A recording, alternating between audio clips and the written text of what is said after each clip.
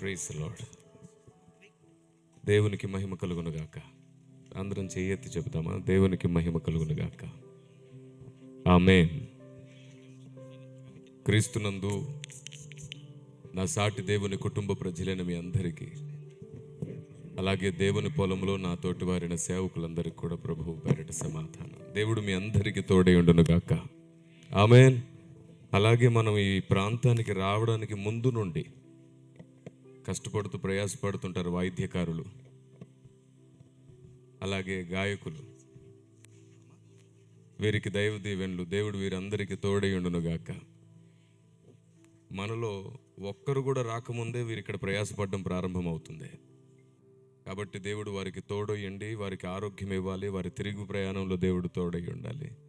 Then మీరు relax అవ్వచ్చు. ఇప్పుడు నేను మధ్యలో ఏం పాడను, మీరు రిలాక్స్ అవ్వచ్చు. Right, thank you. Praise the lord. దేవునికి మహిమ కలుగును గాక. నా దృష్టికి పాడడం, స్తుతించడం, ఆరాధించడానికి చాలా ప్రాముఖ్యతని పరిశుద్ధాత్మ దేవుడు ఇచ్చారు. మీకు తెలుసా పాడడం, స్తుతించడం, ఆరాధించడం అంటే ఏమిటో? అలా మట్టి ముద్దగా ఉన్నటువంటి మనల్ని సారె మీద పెట్టి పాత్రగా మార్చి దేవుని అచ్చు ఒలివ నూనె పోయబడ్డానికి సిద్ధపరిచేదే స్తుతి, ఆరాధన. దేవునికి మహిమ కలుగును గాక. ప్రజలు వచ్చే వరకు పాడడం కాదు, ఆలస్యమైతే కొంతకాలం 2-3 పాటలు పాడేసి ఏదో కాలక్షేపం చేద్దని కాదు. పాటలోని ప్రతి మాట మన హృదయాన్ని కడుతుంది. పాటలోని ప్రతి భావం మన ఆత్మని కదుపుతుంది. పాటలోని ప్రతి మాట దేవునితో మనల్ని జతపరుస్తుంది. ఎందుకంటే భక్తుల హృదయ ఆలోచన, భక్తుల హృదయ వేదన, అనుభవం పాటల్లో ఉంటాయి. కాబట్టి ఇప్పటి వరకు పాడి స్తుతించి ఆరాధించిన సమస్తం మొత్తం కూడా మిమ్మల్ని ఒక పాత్రగా మార్చింది. ఇప్పుడు అందులో అచ్చు ఒలివ నూనె దేవుడు పోయునుగాక. ఆమేన్. రైట్. మనమందరం మన పరిశుద్ధ గ్రంథాలు తెరిచి కొరింథీ పత్రిక చూడండి ఒకసారి. కొరింథీ పత్రిక 2వ పత్రిక 3వ అధ్యాయం 18వ మాట చదువుకుందాం. మనమందరమును ముసుకులేని ముఖముతో ప్రభు యొక్క మహిమను అద్దము వలె ప్రతిఫలింపజేయుచు మహిమ నుండి అధిక మహిమను పొందుచు ప్రభువగు ఆత్మచేత ఆ పోలికగానే మార్చబడుచున్నాము. చాలు. మహిమ నుండి అధిక మహిమ పొందుచు, మహిమ నుండి అధిక మహిమ పొందుచు. మన భక్తి జీవితానికి ఎప్పుడు గుర్తుండాల్సినటువంటి వచనం ఇదే. మనం మహిమలో ఉండిపోకూడదు, మహిమ నుండి అధిక మహిమను పొంది తీరాలి. మీకు తెలుసా, మనం మహిమ పొందాలంటే మనం సంపూర్ణ సిద్ధి పొందాలి. మనం సంపూర్ణ సిద్ధి పొందాలంటే ఏం చేయాలి? ఎఫెసీ పత్రిక 1వ అధ్యాయము 8-10 వచనాలను మీరు గమనించండి. మనం అధిక మహిమ పొందాలంటే సంపూర్ణ సిద్ధి పొందాలి. మనం సంపూర్ణత ఎలా పొందుతామో ఈ వచనంలో ఉంది. కాలము సంపూర్ణమైనప్పుడు జరగవలసిన ఏర్పాటును బట్టి ఆయన తన దయా సంకల్పము చొప్పున తన చిత్తమును గూర్చిన మర్మమును మనకు తెలియజేసి. ఏమిటంట?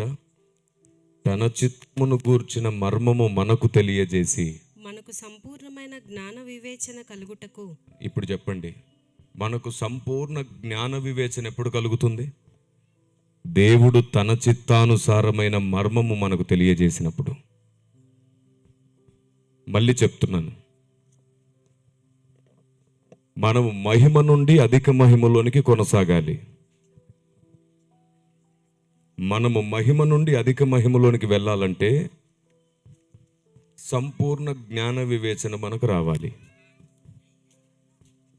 సంపూర్ణ జ్ఞాన వివేచన మనకు రావాలంటే దైవ చిత్తానుసారమైన మర్మం ఏమిటో మనకు తెలియాలి.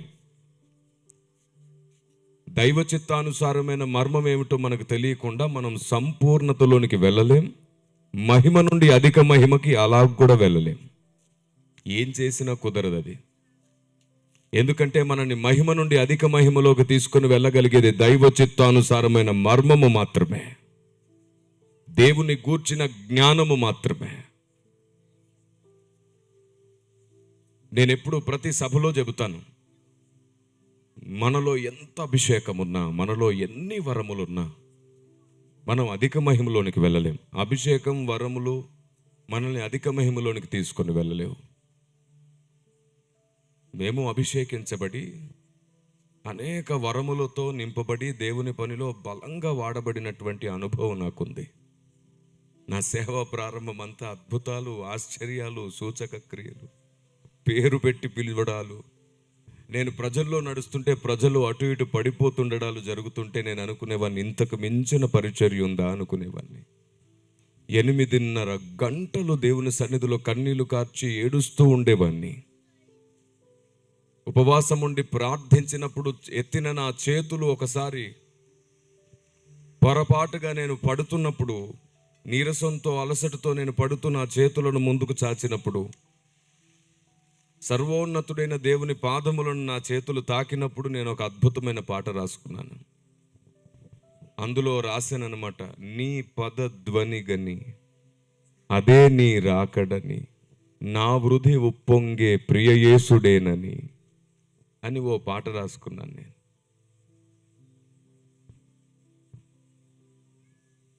ఎనిమిదిన్నర గంటలు ప్రతిరోజు ఉదయం తెల్లవారుజామున 4 గంటల నుండి సాయంత్రం 4 గంటల వరకు ప్రార్థన నాన్ స్టాప్గా జరిగేది. కేవలం 2 బ్రేక్స్ ఉండేవి మాకు.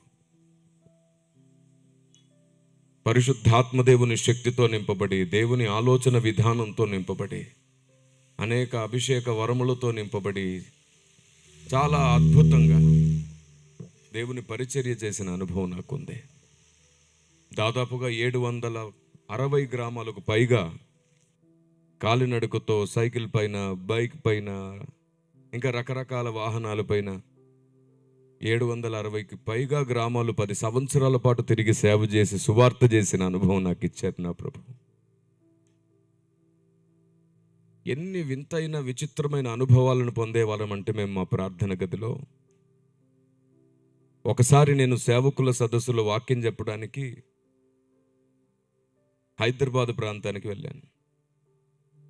ఆ రోజు సాయంత్రం మా అమ్మగారు వంటంతా ముగించుకొని బయట కూర్చొని ఉన్నారు, కరెంటు పోయిందని. దాదాపుగా 7:30 ఆ సమయంలో ఆ దగ్గరలో ఉన్న విశ్వాసులు ఎవరో వచ్చి కూర్చున్నారంట మా అమ్మగారితో. ఆంటీ ఏం చేస్తున్నారు అని అడుగుతూ అలా సరదాగా కూర్చుంటే కొద్దిసేపటికి మా అమ్మ భయపడడం ప్రారంభించింది. చెమటలు కారుతున్నాయి, ఆవిడ చేతులు వణుకుతున్నాయి. విశ్వాసులు అడిగారంటే, ఏమైందంటే, ఇప్పటి వరకు బాగానే ఉన్నారు కదా, ఏంటి వణుకుతున్నారంటే, లోపటి నుండి ఒక శబ్దం వినబడుతుందమ్మా మాకు, నీకేమైనా వినబడుతుందా? వినబడుతుంది, అన్నయ్య స్తుతిస్తున్నారు కదా, ఎప్పట్లాగే ఆయన ప్రార్థనలో ఉన్నప్పుడు అలాగే స్తుతిస్తారు కదా. కాదమ్మా, ఈరోజు తెల్లవారుజామునే తన హైదరాబాద్ వెళ్ళాడు, రేపటికి సాయంత్రానికి కానీ తిరిగి రాడు, తన ఇంట్లో లేడు, తాను ఇంట్లో లేకుండా తన స్తుతి ఎలాగ వినబడుతుంది లోపటి గది నుండి, నాకు భయం వేస్తుంది అని ఆవిడ భయపడుతుంటే, విశ్వాసులందరూ కూడా ఒకరి చేతులు ఒకరు పట్టుకొని లోపటికొచ్చి నా ప్రార్థనా గదిలోనికి వచ్చి ఆ ప్రార్థన గదికి అడ్డుగా ఉండే తెరను అలా జరిపి చూస్తే అక్కడ భగ భగ భగ మండుతున్న ఓ దీపాన్ని చూశారంట వాళ్ళు. నేను లేను అక్కడ. ఒక దీపం మండుతుంది, 4 అడుగులంత ఎత్తుగా దీపం మండుతుంటే అందులో నుండి శబ్దం వస్తుందంట. వారు నాకు వెంటనే భయపడుతూ ఫోన్ చేశారు, ఇలా మీ ప్రార్థన గదిలో ఒక దీపాన్ని చూసామని. మళ్ళీ చూడండి ఉందా అని అడిగితే అక్కడ మళ్ళీ తిరిగి చూస్తే లేదు. అప్పుడు చెప్పాను, ఆ అగ్ని పరిశుద్ధాత్మ దేవుడే. మీకు తెలుసా, మనం మన ప్రార్థన గదిని ప్రతిష్ఠించుకుంటే పరిశుద్ధాత్మ దేవుడు కూడా మనతో పాటు ఆ గదిలో ఉండడానికి ఎప్పుడు ఇష్టపడతారు ఆయన. మనం లేనప్పుడు మన పక్షమున విజ్ఞాపన చేస్తూ ఉంటారు ఆయన. మీరు ఎప్పుడైనా మీ ప్రార్థనా గదిని ప్రత్యేకంగా ప్రతిష్ఠించుకున్నారా? మీకు ప్రార్థనా గది అనుభవం ఉందా? కనీసం ఒక దినమునకు 3 గంటలైన దేవునితో గడుపుతున్నారా? కనీసం 3 గంటలు లేదు. అయితే మనం ఇంకా సిద్ధపడలేదని అర్థం. లోకంతో తక్కువ సమయం, దేవునితో ఎక్కువ సమయం గడపడానికి మనసు లేకపోతే మనం ఇంకా సిద్ధపడలేదు అని అర్థం. మీకు తెలుసా, మీరు 100 సభల్లో హాజరయ్యి ఉంటారు, వందల మంది సేవకులు ప్రసంగిస్తుంటే వినుంటారు. మీకు బైబిల్ కూడా బాగా కంటతై కూడా ఉండొచ్చేమో, మీకు ఎన్నో సంగతి తెలిసి ఉండొచ్చేమో, అయినా సరే మీ భక్తి ఇంకా ప్రారంభం అవ్వలేదు. నేను చాలా పెద్ద స్టేట్మెంట్ ఇచ్చాను. బైబిల్ బాగా తెలిసిన, ఎన్నో ప్రసంగాలు తెలిసిన, ఎన్నో సభల్లో హాజరైన అనుభవం మీకున్నా మీ భక్తి ఇంకా ప్రారంభమైనట్లు కాదు. మీరు లోకంతో ఎక్కువ సమయం గడపడం మాని దేవునితో గడిపే వరకు మీ భక్తి ప్రారంభం కాదు. కనీసం దినమునకు 3 గంటలైనా, మీరు చాలా పనుల్లో బిజీగా ఉంటారు సరే, కనీసం 3 గంటలు ఉదయం ఓ గంట ముందే లేచి దేవునితో గడపడం, ఓ రాత్రి 2 గంటలు ఆలస్యంగా పడుకుంటూ దేవునితో గడపడమైనా మీరు చేయొచ్చు. ఒకవేళ ఇంట్లోనే ఉండేవారైతే మీరు 4 నుండి 5 గంటలు ఆరాధించవచ్చు, ప్రార్థించవచ్చు వ్యక్తిగతంగా. కానీ మీరు అలా చేయట్లేదు అంటే మీ భక్తి ప్రారంభం కాలేదని అర్థం. ఈరోజు నేను మీకు చాలా విషయాలు పరిచయం చేస్తాను. మనం మహిమ నుండి అధిక మహిమలోనికి వెళ్ళడానికి మనకు అభిషేకం సహాయం చేయదు, వరములు సహాయం చేయవు. మనం మహిమ నుండి అధిక మహిమలోనికి వెళ్ళాలంటే పరిశుద్ధాత్మ దేవుడు మనకు బోధించాలనుకున్న, మనకు తెలియజేయాలనుకున్న సర్వసత్యము మనకు అర్థమైతేనే అది సాధ్యమవుతుంది. నేను అభిషేకమునకు వరమునకు ఎప్పుడు వ్యతిరేకిని కాదు, చెప్తున్నాను కదా ఇప్పుడే. మిక్కిలి శ్రేష్టమైన అభిషేకాన్ని, వరములను అనుభవించి పరిచర్య చేసిన అనుభవం నాకుంది. 2010 నా సేవా జీవితపు మలుపు. అప్పటి వరకు నేను అనుకునేవాడిని ఇంతకంటే గొప్ప పరిచర్య ఏముంటుంది. దురాత్మలు పట్టిన వారు ముందుకు వెళ్ళి నేను నిలబడితే గడగడగడలాడుతూ కేకలు వేసి దూరంగా పారిపోతూ విడుదల పొందేవారు, నేను ముట్టకుండానే. 8 సంవత్సరాల నుండి ఒక దురాత్మతో పట్టబడిన స్త్రీ విడుదల పొందకపోతే నన్ను పిలిపించారు అక్కడికి. అయ్యా, ఈ ప్రాంతంలో ఉన్నటువంటి ఎందరో గొప్ప సేవకులు వచ్చారు కానీ కుదరలేదు, మీరు వస్తారా అంటే నేను అన్నాను, పెద్దవాళ్ళ వల్ల కానప్పుడు ఈ చిన్నవాడి వల్ల అవుతుందా? మీరే దేవుని సన్నిధిలో మొరపెట్టండి, ఉపవాసం ఉండి అంటే లేదు, వారే మీ గురించి చెప్పారు, ఆ పెద్దవారు చెబితేనే మిమ్మల్ని పిలుస్తున్నాం, మీరు రావాలి అని అంటే నేను ఒక 3 దినములు ఉపవాసం ఉండి వెళ్ళి ప్రార్థన చేశాను.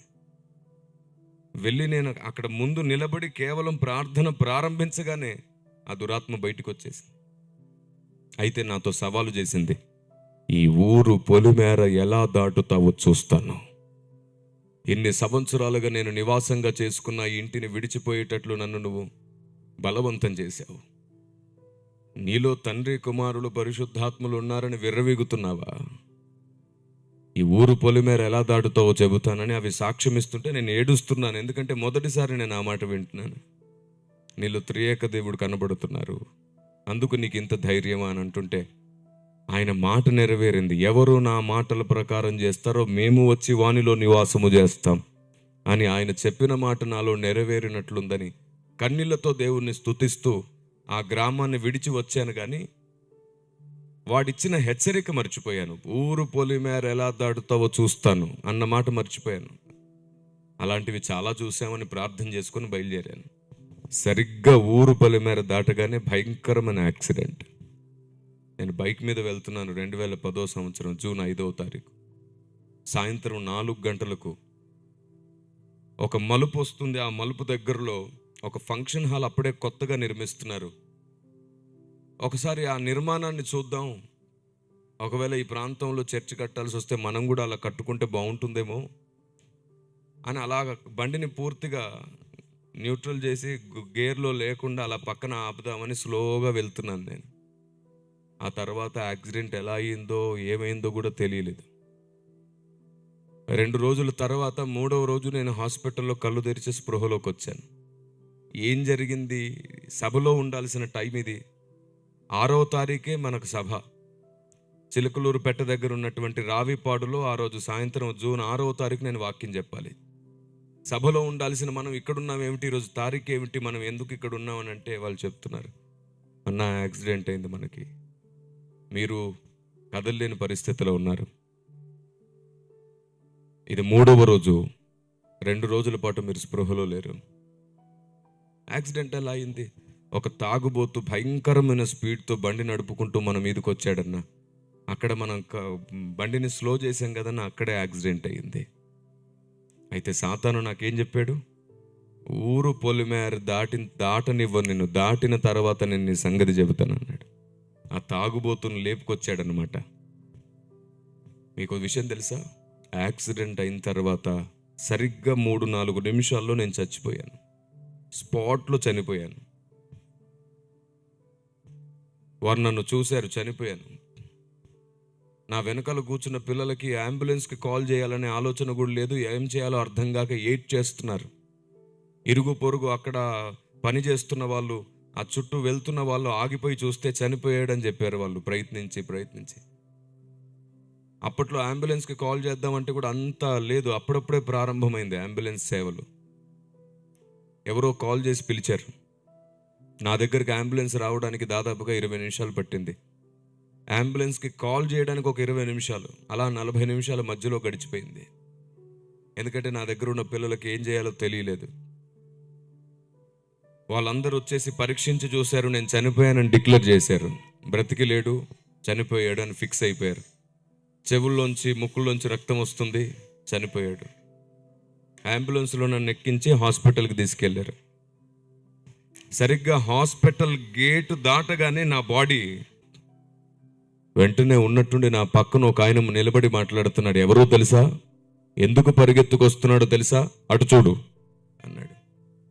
ఆయన చూపించిన వైపు చూస్తే నా శరీరం అలా పడిపోయి ఉంది, రక్తసిద్ధమై ఉంది. ఆ పక్కన బైక్ అదంతా పడిపోయి ఉంది. నేను చూస్తున్నాను. నా పక్కనున్న ఆయన అంటున్నాడు, వస్తుంది ఎవరో కాదు, నువ్వు పడిపోయి ఉన్నావు కదా, నీకోసమే నీ ప్రాణప్రియుడైన యేసు పరిగెత్తుకొస్తున్నాడు చూడు. ఎప్పుడైతే ఆ మాట విన్నానో నా కన్నీళ్ళు ఆగలేదు, నా కళ్ళు తెరవబడ్డాయి. అవును నా ప్రభువే, అవును నా ప్రభువే అని నేను అరవడం ప్రారంభించాను. అవును నా ప్రభువే అని నేను అరవడం ప్రారంభించాను. నేనెవరో తెలుసా? నిన్ను నడిపిస్తున్న పరిశుద్ధాత్ముణ్ణి అని నా పక్క నుండి ఇంకో స్వరం వినబడింది. ధన్యుణ్ణి అయిపోయాను అనిపించింది. నా జీవితం అంతకంటే గొప్ప జీవితం, గొప్ప ధన్యతే లేదు. ఇంతకంటే నాకు ఇంకో జీవితం అక్కరలేదు అనిపించింది ఆ క్షణాన. ఆయన పరిగెత్తుకుంటూ రావడం, పడిపోయిన నన్ను, నా తలను ఆయన ఒళ్ళో పెట్టుకోవడం నేను కళ్ళారా చూస్తున్నాను. ఆయన కన్నీరు నా నుదుటి మీద పడ్డం నేను మళ్ళీ చూస్తున్నాను. ఆయన అంటున్నారు, నేను నిన్ను తీసుకెళ్ళాలనుకుంటున్నాను, వస్తావా కిరణ్? నాతో వస్తావా?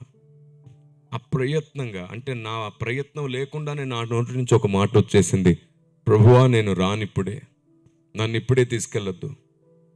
ఒకవేళ మీరు నన్ను ఇప్పుడే తీసుకెళ్తే నేను పరమును ఉంటాను, నీ దగ్గరే ఉంటాను, కానీ సంతృప్తిగా ఉండలేనయ్యా. ఏ కారణంతో ఎందుకు నన్ను పుట్టించావో అది ముగించబడక మునిపే, ఏ కారణంతో నేను జన్మించానో ఆ కారణాన్ని ముగించకుండానే, నీ కొరకు నేను ఏమి చేయకుండానే పరలోకానికి వస్తే, నా ప్రభువు కొరకు నేను ఏం చేయలేదు అని యుగ యుగాలు బాధపడుతూ నేను ఉండలేనయ్యా పరలోకంలో. నాకు అవకాశం ఇవ్వు, నా ఆయుష్ను పొడిగించు. నేను నీ కొరకు నీ ప్రజల్ని వెలిగించి నీ చిత్తానుసారమైన పని చేసి అప్పుడు నేను తిరిగి వస్తాను ప్రభువా. ఆ రోజు తిరిగి నా చేతిని చాపుతాను, ఆ రోజు వరకు నాకు సహాయం చేయి ప్రభువా అని నేను ఏడవడం ప్రారంభించాను, మోకాళ్ళ మీద పడిపోయి. అప్పుడు నా ప్రభు అన్నారు, ఇది నీకు కలుగును, ఇది నీకు కలుగును. ఆ తర్వాత ఆయన ఎన్నో విషయాలు నాకు స్పష్టంగా చూపించారు, ఎన్నో విషయాలు నాకు స్పష్టంగా చెప్పారు, ఎన్నో విషయాల్లో గద్దించారు. నా ఆలోచన విధానం మారింది, నా ఉద్దేశాలు మారాయి. గ్రంథం ఆ రోజు నుంచి నాకు చాలా కొత్తగా కనబడింది. ఆయన గ్రంథంలో ఆశ్చర్యమైన సంగతులు చూచున్నట్లు దేవుడు నా కన్నులు తెరిచారు. నా పరిచర్య విధానం మారిపోయింది. ఒకవైపే పరిగెడుతున్న అవగాహన, ఒకవైపే వెళ్తూ ఇంతకంటే గొప్ప పనే లేదు అనే నా భ్రమలు తొలగిపోయాయి. అప్పటి వరకు అర్థం కాని అపోస్తుడైన పౌలు హృదయం అర్థమైంది. అప్పటి వరకు అర్థం కాని ప్రతిష్ట, ప్రత్యేకత, సమర్పణ అంటే ఏంటో అర్థమైంది. ఆ రోజు నుండి అందరికీ అందరివాడిగా మారగలిగిన జ్ఞానం దేవుడు నా తల మీద ఉంచాడు. వివాదాన్ని కడతేర్చగలిగిన విద్య నాకు నేర్పించాడు. అందుకే ఈరోజు ఎంత వివాదపూరితమైన ప్రశ్న ముందుకొచ్చినా, ఎలాంటి కఠినమైన ప్రశ్న నా ముందుకు వచ్చినా క్షణాల్లో వాటిని పరిష్కారంగా మార్చగలిగే తైలాన్ని మోస్తున్నాను నేను. దేవునికి మహిమ కలుగునుగాక. ఆమేన్. ఇది మనుష్య జ్ఞానం అయితే కాదు, మనుష్య జ్ఞానం అయితే కాదు. సర్వోన్నతుని ఊపిరి ఈ వివేచన, ఈ జ్ఞానం కలుగజేస్తుంది. గడుస్తున్న కాలం ఎంతో అనుభవాన్ని నేర్పించింది. కలిగిన గాయాలు ఎంతో భక్తిని నేర్పించాయి. దేవుని ఆలోచన విధానం ఆయన హృదయానికి దగ్గర చేశాయి. ఆ తర్వాత నుండే నేను రాష్ట్రాలు, దేశాలు దాటి వాడబడ్డం ప్రారంభమయ్యింది. దాదాపుగా 612 గ్రంథాల మీద పరిశోధన చేయగలిగాను. దేవుని గ్రంథాన్ని 42వసారి పూర్తి చేస్తున్నాను. నేను చనిపోయేలోపు 200 సార్లైన ప్రాణాతి ప్రాణంగా దేవుని మాటలని, దేవుని గ్రంథాన్ని ధ్యానించాలనే తపన నాలో ఉంది. ఎన్నిసార్లు చదువుతామని కాదు, కానీ చదివిన ప్రతిసారి ఆయన కొత్తగా అర్థమవుతున్నాడు. అది అద్భుతమైన సంగతి. చదివిన ప్రతిసారి ఆయన అర్థమవుతున్నాడు కొత్తగా. మీకు తెలుసా, బైబిల్ గ్రంథాన్ని ఆది కాండము నుండి ప్రకటన గ్రంథం వరకు, ఆది కాండము నుండి ప్రకటన గ్రంథం వరకు ఒక్క వచనం కూడా మిగలకుండా పూర్తిగా ప్రతి వచనం మనం చదివేసి ఆ వచనాలలో ఉన్న దేవుని జ్ఞానం, దేవుని మర్మం, పరలోక చట్టం, పరలోక న్యాయం, చివరికి సాతాను తంత్రములతో సహా ఇంకా భూమి మీద నువ్వు నేర్చుకోవడానికి ఏమి మిగిలి లేదు అన్నంతగా నీకు దేవుడు బైబిల్ అర్థమైపోయిన తర్వాత అప్పుడు నీకు అర్థమయ్యేది ఒక్క విషయమే. దేవుడు నాకు ఇంకా అర్థం కాలేదని అప్పుడు అర్థమవుతుంది నీకు. ఇంత అర్థమైన తర్వాత నాకు దేవుడు అర్థం కాలేదని అప్పుడు అర్థమవుతుంది నీకు. బైబిల్ పైన 100 PhDలు చేసిన తర్వాత కూడా నీకు అర్థమయ్యేది దేవుడు అర్థం కాలేదనే. నీకెంత థియాలజీ తెలిసినా, నువ్వు ఎన్ని డిగ్రీలు చేసినా, నేను 3 డిగ్రీలు చేశాను, ఇన్ని గ్రంథాల మీద పరిశోధన చేశాను, మొత్తం చేసిన తర్వాత నాకు అర్థమైంది దేవుడు ఇంకా అర్థం కాలేదు మనకి. సముద్రంలోంచి ఒక గ్లాస్ నీళ్లు తీసుకున్నాం అంతే, ఇంకా చాలా మిగులున్నాడు ఆయన. పరలోకానికి మనం వెళ్ళిన తర్వాత కూడా అనుదినం నిత్యం ఆయన్ని నేర్చుకుంటూనే ఉంటాం. అందుకే భక్తుడు అంటాడు, మనం క్రీస్తును నేర్చుకుందాము. దేవునికి స్తోత్రం కలుగును గాక. పరలోకానికి వెళ్ళిన తర్వాత కూడా ఆయన అర్థమవుతూనే ఉంటాడు, మనం ఆయన్ని నేర్చుకుంటూనే ఉంటాం. అది దేవుడు అంటే. మనం అతిశయించడానికి, గర్వపడడానికి ఏ కారణం మిగిలిలేదు మన జీవితాల్లో, ఏ కారణం మిగిలిలేదు. కాబట్టి దివారాత్రములను ఆయన ధర్మశాస్త్రం, ఆయన గ్రంథమును ధ్యానించేవాడు ధన్యుడు. దివారాత్రములను మనం ఆయన గ్రంథాన్ని ధ్యానించాలంట. ఈరోజు నేను మీకు విశేషమైన సంగతులు పరిచయం చేస్తాను. నేను ఒక మాట ఇస్తున్నాను, ఈ నిమిషం నుండి ప్రతి 2 నిమిషాలు పరిశుద్ధాత్మ దేవుడు తన గ్రంథములో నుండి ఒక నూతన సంగతి మీకు పరిచయం చేయనుగాక. ప్రతి 2 నిమిషాలకు ఒకసారి. ఆమేన్. రైట్. సో నేను మీకు చెప్పాను కదా, ఈ విధంగా ఆ యాక్సిడెంట్ నుంచి నేను బ్రతకడం మాత్రమే కాదు, డాక్టర్స్ ఏమన్నారో తెలుసా? నేను 3వ రోజు స్పృహలోకి వచ్చిన తర్వాత, లేదు 1 వారం కంటే ఎక్కువ బ్రతకడు, కష్టం, చాలా డ్యామేజ్ అయింది ఆయనకి అని అన్నారు. నా ముందు 2 పండ్లు పైకి మధ్యలో విరిగిపోయి ఉన్నాయి అని చెప్పారు. ఈ ముందు భాగం లోనికి నెట్టబడిపోయింది, సర్జరీ చేయాలన్నారు. ఈ పైన కంటి పైన నర్వస్ సిస్టమ్ డ్యామేజ్ అయింది అని చెప్పారు. ఈ వెనక మెడ భాగంలో దెబ్బ గట్టిగా తగిలింది అన్నారు. అందుకే ఆయన మెడ లేపలేకపోతున్నాడు, మాట గట్టిగా మాట్లాడలేకపోతున్నాడు అని చెప్పారు. ఆయన భుజానికి, వీపు వెనకాలకి విపరీతంగా దెబ్బ తగిలింది అన్నారు. ఇదంతా ఒక ఎత్తు అయితే, లోపట ముక్కులో నుండి చెవుల్లోంచి రక్తం వచ్చింది కాబట్టి అసలు ఆయన బ్రతకనే కూడదు, స్పృహలోకే రాకూడదు. కానీ స్పృహలోకి వచ్చాడు. వారమైంది, బాగానే ఉన్నాను. ఆ తర్వాత అన్నారు, ఒక 20 రోజులు గడిచే వరకు చెప్పలేమన్నారు. నేను బలవంత పెట్టి డిశ్చార్జ్ అయ్యి ఇంటికి వచ్చాను. 20 రోజుల తర్వాత చెప్పలేమన్నారా? మళ్ళీ 20 రోజుల తర్వాత 21వ రోజు అనుకుంటాను, నన్ను హాస్పిటల్ చెకప్ కోసం తీసుకెళ్లారు. అప్పుడు నేనేమన్నానంటే, హాస్పిటల్ బయట మా వాళ్ళందరినీ మీరు ఉండండి, నేను వెళ్ళొస్తాను, అందరం లోపలికి వెళ్తే బాగోదని చెప్పి వారిని బయట కూర్చుని డైరెక్ట్ డాక్టర్ గారి రూమ్లోకి నేను ఒక్కడనే నా ఫైల్ తీసుకొని వెళ్ళాను. ఆ ఫైల్ చూసేసి అంటాడు, పేషెంట్ ఎక్కడ అంటున్నాడు ఆయన. నేనే సార్. నువ్వు పేషెంట్ లాగే కనబడుతున్నావు, ఆ కుట్లు అవన్నీ తెలుస్తున్నాయిలే, కానీ ఈ ఫైల్లో ఉన్న పేషెంట్ ఎక్కడా అని అడుగుతున్నాడు. నేనే సార్ అన్నాను. నడుచుకుంటూ ఒంటరిగా ఎలా వచ్చావు? నీవే అయితే ఇంత చక్కగా ఎలా మాట్లాడుతున్నావు? ఇలా ఎంత చక్కగా నిలబడి ఉన్నావు నువ్వు, పైగా స్పీడ్గా వచ్చావేమిటి? లేదండి నేనే. ఆయన ఆశ్చర్యపోయాడు. మళ్ళీ ఇంకొకసారి టెస్టులు రాశారు. తీసుకెళ్ళి టెస్ట్ చేసి తీసుకొస్తే అద్భుతం జరిగింది. ఏమిటంటే నా 2 పళ్ళు అతుక్కుని ఉన్నాయి. పళ్ళు అతుక్కోవు, యాక్చువల్లీ ఎముకలు అతుక్కుంటాయి. ఆయన ఏమన్నాడంటే, నువ్వు కాదు, మేము చూసిన పేషెంట్కి పళ్ళు విరుగున్నాయి. అవి ఎలా అతుక్కున్నాయి అన్నాడు. మేము చూసిన పేషెంట్కి మెడ వెనక భాగం, ఈ నర్వస్ సిస్టమ్ మ్యాక్సిమం డ్యామేజ్ అయింది. ఈ ఎముక కూడా లోపలికి నెట్టుకుపోయింది. ఇది ఎలా సెట్ అయ్యింది?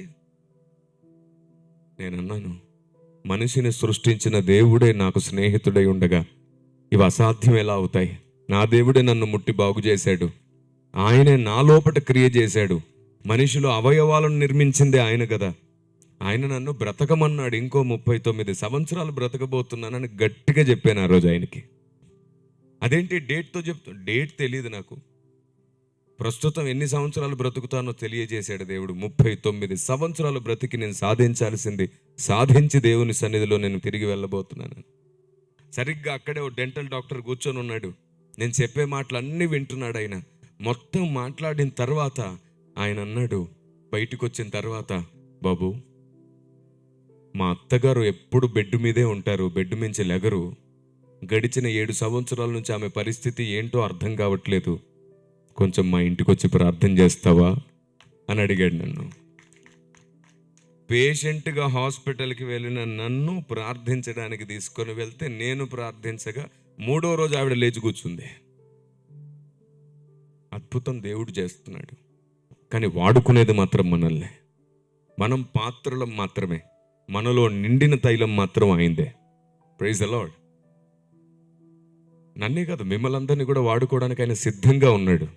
మీరు ప్రార్థించగా కూడా అలాంటి కార్యములు చేయాలనుకుంటున్నాడు. బాప్తిస్మము పొందిన వాని వలన ఈ సూచక క్రియలు అన్నాడు. మీ ద్వారా కూడా జరిగించవలసినటువంటి సూచక క్రియలు ఉండగా ఎందుకు జరగట్లేదో తెలుసా? మనకు ప్రతిదానికి భయపడడం నేర్చుకున్నాం. నాకు ప్రతి సభలో చెప్పడం ఒకటి అలవాటు. ఎందుకని మనం ఇంకా దేవుని శక్తిని అనుభవించట్లేదో తెలుసా?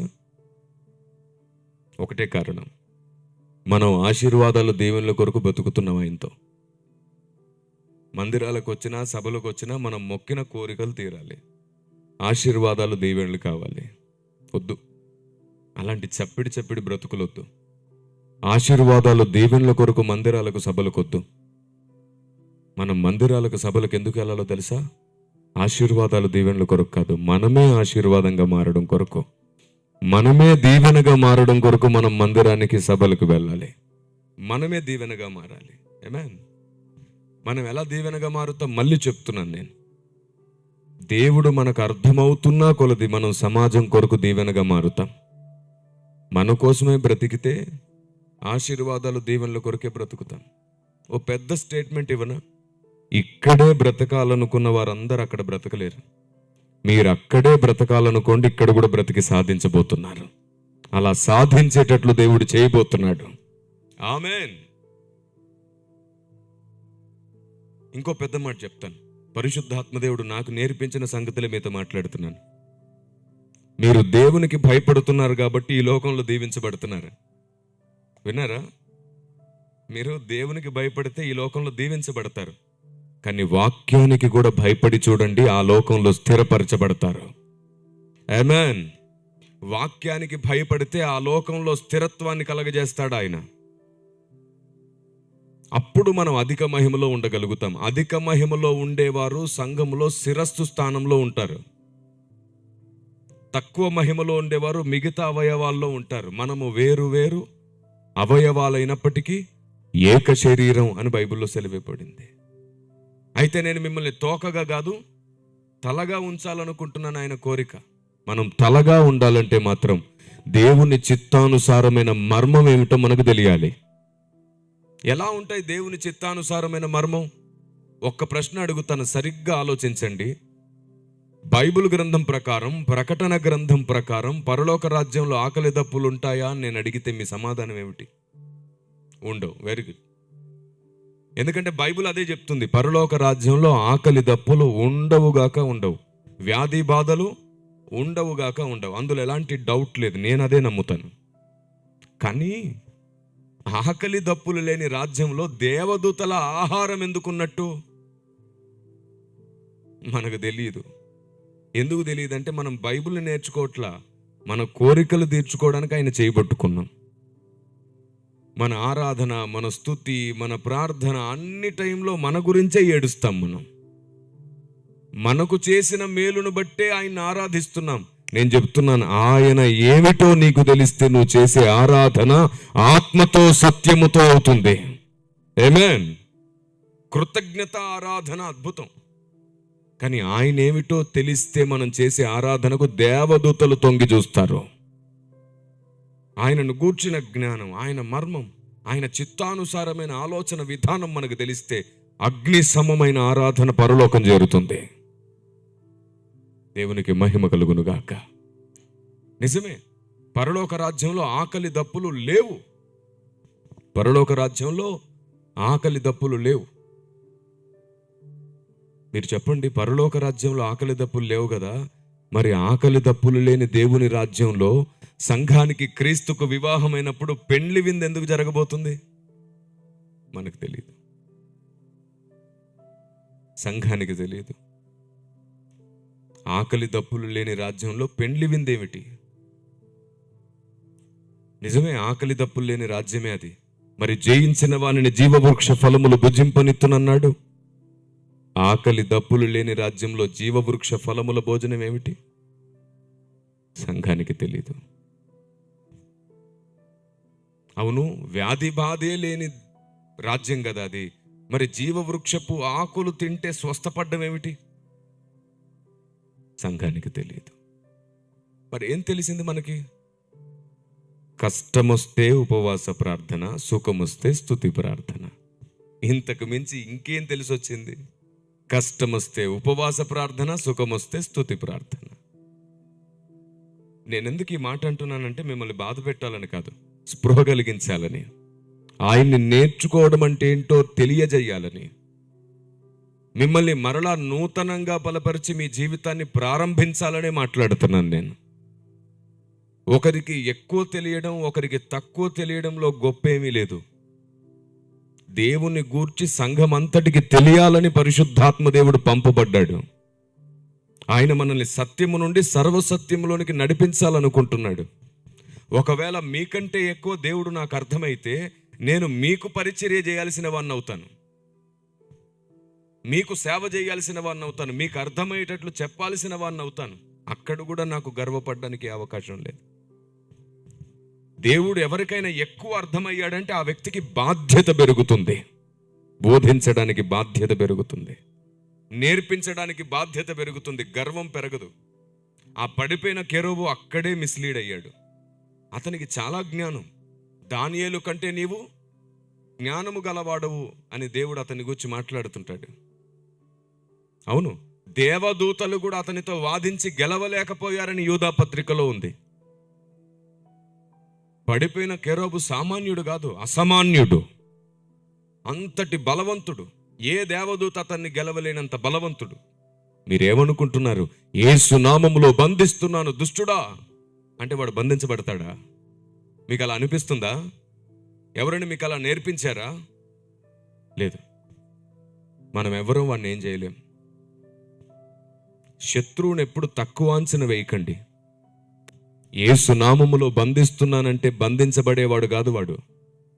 దురాత్మల్లో 3 రకాల దురాత్మలు ఉంటాయి. నా సేవా అనుభవంలో పరిశుద్ధాత్మ దేవుడు నాకు నేర్పించిన పాఠం నేను మీకు చూపిస్తున్నాను. దురాత్మల్లో 3 రకాల దురాత్మలు ఉన్నాయి. ఒక రకం దురాత్మ మనుషుల్ని మాత్రమే పట్టి పీడిస్తుంది. రెండవ రకం దురాత్మ ఉంది, సంఘాన్ని గలిబిలి పాలు చేస్తుంది, సంఘ బోధల్ని పట్టి పీడిస్తుంది, ఐక్యత లేకుండా సంఘంలో వివాదాలు రేపుతూ ఉంటుంది. మూడో రకం దురాత్మ ఉంది, సమాజాన్ని పట్టి పీడిస్తుంది. సమాజంలో ఎప్పుడు వివాదాలకు అదే కారణం. 3 రకాల దురాత్మలు ఉన్నాయి. ఈ మనిషిని పట్టి పీడించే దురాత్మ ఉంది కదా, అది మాత్రమే బంధిస్తే పారిపోతుంది, గద్దిస్తే పారిపోతుంది. యేసు నామములో నేను నిన్ను గద్దిస్తున్నానంటే పారిపోతుంది, బంధిస్తున్నానంటే మౌనంగా ఉంటుంది. ఇది మనిషిని పట్టి పీడించే దురాత్మకు మాత్రమే వర్తిస్తుంది. నువ్వు సమాజాన్ని, సంఘాన్ని పట్టి పీడించే దురాత్మను కానీ, లేకపోతే పడిపోయిన కెరూబును కానీ నువ్వు ఏమి చేసి బంధించలేవు, గద్దించలేవు. వాణ్ణి బంధించాలంటే ఒకే ఒక్క మార్గం ఉంది. పడిపోయిన కెరూబు కూడా భయపడాలంటే ఒకే ఒక్క మార్గం ఉంది. ఏమిటో తెలుసా? సార్వత్రిక సంఘమంతా కూడా కుమారుని గూర్చిన జ్ఞాన విషయములోను, విశ్వాస విషయములోను ఏకత్వం పొందాలి. అప్పుడు సార్వత్రిక సంఘం సంపూర్ణ సిద్ధి పొందుతుంది. ఎప్పుడైతే సంఘం ఏక శరీరం అవుతుందో అప్పుడు సాతాను భయపడడం ప్రారంభమవుతుంది. ఎందుకో తెలుసా? శీఘ్రముగా సాతానును దేవుడు మన కాళ్ళ క్రింద చిదగదొక్కించునన్న మాట కేవలం ఒక స్థానిక సంఘానికి సంబంధించింది కాదు, ఒక విశ్వాసికి సంబంధించింది కాదు. సంఘ శరీరపు కాళ్ళ క్రింద వాడు చిదగదొక్కించబడబోతున్నాడు. దేవునికి మహిమ కలుగునుగాక. కొంచెం బిగ్గరగా స్తుతిస్తారా? మీరు స్తుతించిన ప్రతిసారి చెయ్యెత్తడం మర్చిపోకండి. అంటే దీని సంకేతం ఏమిటంటే నన్ను తగ్గించుకుంటున్నాను, నిన్నే హెచ్చిస్తున్నాను అని చెప్పడానికి దీన్ని సూచనగా పెట్టుకుందాం. దేవునికి మహిమ కలుగునుగాక. రైట్. ఇప్పటి వరకు నేను మీతో చెబుతున్నటువంటి సంగతి ఏమిటంటే, సార్వత్రిక సంఘమంతా ఒక్కటైతే తప్ప వాడిని మనం చెదగదొక్కలేం. ఈలోపు మనం ఎన్ని రకాలుగా వాడిని బంధించినా, లేదా ఎన్ని రకాలుగా వాడిని హెచ్చరించినా, ఎన్ని రకాలుగా గద్దించినా వాడు నవ్వుతూ ఉంటాడే కానీ వాడిని మనం ఏం చేయలేం. వాడికి టైం ఇవ్వబడింది, అప్పటి వరకు వాడిని మనం ఏం చేయలేం. వాడికి సమయం కొంచెమే అని తెలుసు, వాడు ఇంకా చాలా మందిని మింగుతున్నాడు. మీకు తెలుసా? అభిషేకానికి, కృపావరాలకు భయపడ్డు వాడు, ఎందుకంటే మనకంటే ఎక్కువ శక్తులు వాడికే ఉన్నాయి. మన దగ్గర ఉన్నది వాడి మీద కూడా అధికారం చేయగలిగిన క్రీస్తు మాత్రమే మనకున్నాడు. Praise the lord.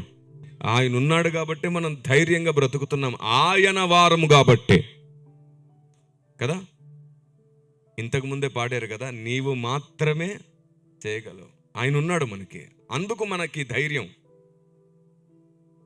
వాడి భయం కూడా ఆయన మనతో ఉన్నాడు కాబట్టి. మనలో అభిషేకం ఉందని, వరం ఉందని వాడికి భయం కాదు, ఆయన ఉన్నాడు మనతో, అందుకు వాడికి భయం.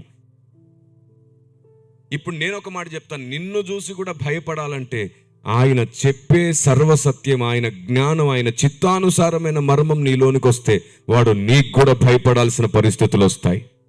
ఎందుకంటే పరలోక చట్టం ఒకటి ఉంది. ఆ పరలోక చట్టం ప్రకారంగా తండ్రిని గూర్చిన జ్ఞానం ఎవరికి ఎక్కువగా ఉంటే వారి కాళ్ళ దగ్గరికి మిగతా బలహీనులందరూ వచ్చి కూర్చొని నేర్చుకోవాలి. ఎవ్వరూ వారి మీద అధికారం చేయడానికి వీల్లేదు.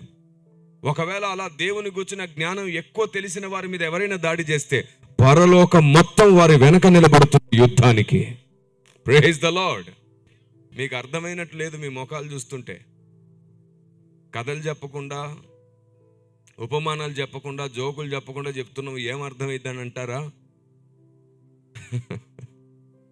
ఏం చేద్దాం, అలవాటు లేకపోయింది. ఊరికే జోకులేసి, నవ్వించి, ఉపమానాలు చెప్పి, కథలు చెప్పి అలవాటు లేకపోయింది. దేవుని చిత్తము, దేవుని మర్మం, దేవుని ఆలోచన విధానమే బోధించడం అలవాటు అయిపోయింది. అలాగని ఉపమానం చెప్పడం తప్పనట్లేదు, కథలు చెప్పడం తప్పనట్లేదు. నేను అప్పుడప్పుడు చెబుతుంటాను. కానీ అత్యంత ప్రాముఖ్యమైన సంగతులు మాట్లాడుకునేటప్పుడు గుర్తుంచుకోండి, మనకు అర్థమైతే స్తుతి వస్తుంది మన హృదయములో నుండి. దేవుని వాక్యం అర్థమవుతున్న కొద్దీ ఆనందం ఉప్పొంగుతుంది. Praise the Lord. ఆమేన్. మీకు తెలుసా, సహోదరులిద్దరు పాడుతుంటే నేను ఆత్మలో ఆనందిస్తుంటాను చాలాసార్లు. మేము కారులో వెళ్ళేటప్పుడు కొన్నిసార్లు పాటలు పెడుతుంటాను కదా, అప్పుడు వాళ్ళ పాటలు పెట్టుకుని వింటుంటాను నేను. వాళ్ళు పాడే పాటలో ఒక పాట నాకు చాలా ఇష్టం. నా ప్రసంగం తర్వాత అదే చెప్పి పాడించుకుంటాను నేను. మనమందరం దాంతోనే తీర్మానం చేద్దాం. మరణం కూడా నన్ను ఏం చెయ్యలేదు అంటూ వారు ఒక పాట పాడుతుంటే, ఆహా, నా హృదయాంతరంగంలో నా సాక్ష్యం గుర్తుకొస్తుంటుంది నాకు. ఎందుకంటే అదే పాట నేను వారి నోట మనుగూరులో ఫస్ట్ టైం విన్నాను నేను కదా. నిజంగానే దేవుని చిత్తం మన జీవితంలో నెరవేరే వరకు మనని మరణం కూడా ఏం చేయలేదు. నేనేమంటున్నానో అర్థమైందా మీకు? అసలు ఆ చిత్తం ఏమిటో మీ జీవితంలో లేకపోతే ఏదైనా మిమ్మల్ని ఏదైనా చేయగలదు. ఏ సైతానా, యేసు నామములో నిన్ను బంధిస్తున్నా అని ఇలా తొక్కుతుంటారు కొందరు. వాడు నువ్వు అలా తొక్కితే నీ కాళ్ళ కిందకి వచ్చేవాడు అనుకున్నావా? కాళ్ళు కింద కొట్టి కొట్టి నీకు నొప్పి రావాలి, కానీ వాడు నీ కాళ్ళ కిందికి రాడమ్మా. వాడు సంతోషిస్తూ ఉంటాడు, బాగుంది నీ సర్కస్, ఇంకొకసారి చెయ్యి అంటాడు. మనం చేసే పిచ్చి పనులు వాడికి సర్కస్ లాగా ఉంటుంది. హెమాహెమీయులైన దేవదూతలు కూడా వాడిని ఏం చెయ్యలేరు, అంత బలవంతుడు వాడు. కానీ క్రీస్తును గూర్చిన జ్ఞానము సత్యం మనలో ఉంటే వాడు మనల్ని ఏం చేయలేడు. అంత శక్తి దేవుని జ్ఞానానికి ఉన్నది. దేవునికి స్తోత్రం కలుగును గాక. ఎందుకంటే సత్యము నిన్ను స్వతంత్రుణ్ణి చేస్తుంది. సత్యము నిన్ను అన్నిటి నుండి స్వతంత్రుణ్ణి చేస్తుంది. Praise the lord. ఎలా ఉంటుందో తెలుసా దేవుని ఆలోచన? బైబిల్ గ్రంథంలో ఆదికాండం నుంచి ప్రకటన గ్రంథం వరకు దేవుడు భక్తుల జీవిత చరిత్రలో 3 విధాలుగా పనిచేశాడు. ఈ రహస్యం కూడా తెలుసుకోండి. 1, భక్తుల జీవితం కాలంతో పాటు, కొంచెం ఏదో డిస్టర్బెన్స్ ఉంది సౌండ్ సిస్టంలో, చూడండి ఒకసారి చూడండి, కలుపుతావే ఉంటున్నాయి ఆయన, చూడండి. Praise the lord. రైట్. భక్తుల జీవితంలో 3 విధములుగా దేవుని ప్రయాణం చేస్తూ దేవుడు తన మర్మమును, తన చిత్తమును బైబిల్లో దాచాడు. ఎలాగో తెలుసా? 1, యాదృచ్ఛికంగా వారి జీవితం కాలంతో పాటు కొనసాగుతూ వెళ్ళింది. మొదటిది, దేవుడు అలా వెళ్ళనిచ్చాడు. 2వది, వారి జీవితం అలా వెళ్తుంటే దేవుడు కల్పించుకొని కొన్నిటిని జరిగించాడు. ఓకే, మొదటిది కాలంతో పాటు వారి జీవితం వెళ్ళింది. 2వది, వెళ్తున్న జీవితంలో దేవుడు కల్పించి కొన్ని చేశాడు. 3వది, ఈ వెళ్తున్న జీవితంలో సాతాను కొన్ని చేస్తుంటే దేవుడు అనుమతించి మౌనంగా ఉన్నాడు. దేవుడు చేసినవి, సాతాను చేసినవి యాదృచ్ఛికంగా మన ఆలోచనలతో, మన కుటుంబ పరిస్థితులతో కాలంతో పాటు కొన్ని జరిగిపోతూ ఉంటాయి. ఈ 3ంటిని కలిపి దేవుడు కొన్ని చోట్ల ఆయన మర్మం పెట్టాడు, కొన్ని చోట్ల ఆయన వ్యూహాన్ని పెట్టాడు, కొన్ని చోట్ల ఆయన పరలోక చట్టాన్ని పెట్టాడు, కొన్ని చోట్ల సాతాను తంత్రాలు తెలుసుకునేటట్లు పెట్టాడు.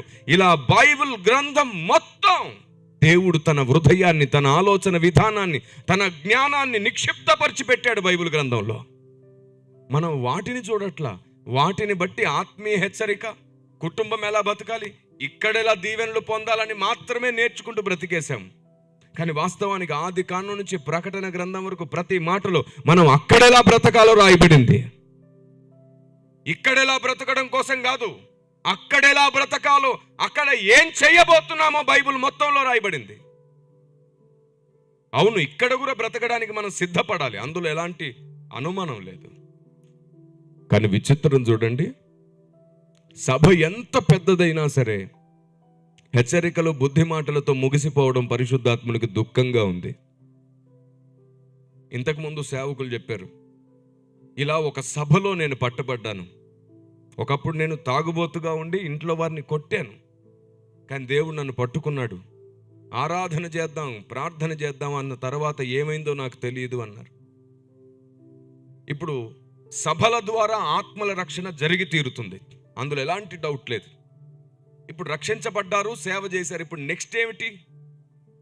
ఆత్మలను రక్షించారు, సంఘంలో పెట్టారు. నెక్స్ట్ ఏమిటి? వారిని నీతిగా ఉండేటట్లు, పరిశుద్ధంగా ఉండేటట్లు చూశారు. నెక్స్ట్ ఏమిటి? వారిలో అనేకులు అభిషక్తులయ్యారు, వరములు పొందారు, సువార్తికులయ్యారు, సేవకులయ్యారు. నెక్స్ట్ ఏమిటి? అందరూ సంఘాలు కట్టారు, సంఘాలు నిండాయి. నెక్స్ట్ ఏమిటి? పరిశుద్ధతను, యథార్థతను అన్నిటిని జాగ్రత్తగా కాపాడారు. నెక్స్ట్ ఏమిటి? ఆ ముగింపు గమ్యం ఏదుందో అది చెప్తున్నాను నేను. దైవ చిత్తానుసారమైన మర్మము తెలుసుకొని సంపూర్ణ సిద్ధి పొందాలి మనం అందరం. దేవునికి స్తోత్రం కలుగునుగాక. ఏది జరుగుతున్నా మరలా ఇక్కడికి వచ్చి ఆగిపోతుంది. అది జరగాలి, అది చాలా ఇంపార్టెంట్. ఉదాహరణకు చెప్తాను, 2 విషయాలు చెప్తాను. మొట్టమొదటి విషయం, బైబిల్ గ్రంథంలో కొన్ని విషయాలని గుర్తించడంలో సంఘం బలహీనమైంది. ఎలాంటి విషయమో చెప్తాను, మీకు చాలా ఈజీగా అర్థమైపోతుంది. నేను కొన్ని వందల సార్లు చెప్పుంటాను 10 సంవత్సరాలుగా. బైబిల్ గ్రంథంలో ఒక ఆవిడ ఉంది. ఆవిడ పక్షపాతం కలిగిన స్త్రీ అని పిలువబడింది. పెద్ద కొడుకును ఒకలాగా, చిన్న కొడుకులు ఒకలాగా ప్రేమించిందని ఆవిడ మీద ఒక నింద మోపబడింది. ఎవరు ఆవిడ? రెబెకా. వెరీ గుడ్, మీకు తెలుసు. కానీ నేనేమంటున్నానంటే బైబిల్ ఆవిడ మీద ఎలాంటి నింద మోపలేదు. ఆవిడ పక్షపాతం కలిగిన స్త్రీ అస్సలే కాదు. పెద్ద కొడుకును చిన్న కొడుకుని ఒకలా చూసినటువంటి, చిన్న కొడుకును ఒకలా పెద్ద కొడుకును ఒకలా చూసిందనే మాట అబద్ధం. అసలు ఆవిడ ప్రేమలో పక్షపాతమే లేదు. అది ఆవిడ మీద కేవలం మనుషులమైన మనం మోపిన నింద మాత్రమే, కొందరు భక్తులు మోపిన నింద మాత్రమే, వాక్యాన్ని సరిగ్గా విరువనందు చేత జరిగిన పొరపాటు మాత్రమే. భక్తులు భక్తియే, వారిని మనం ఏమనలేం. వారి నుండి కలిగినటువంటి ఇది మాత్రం పొరపాటు అయిపోయింది.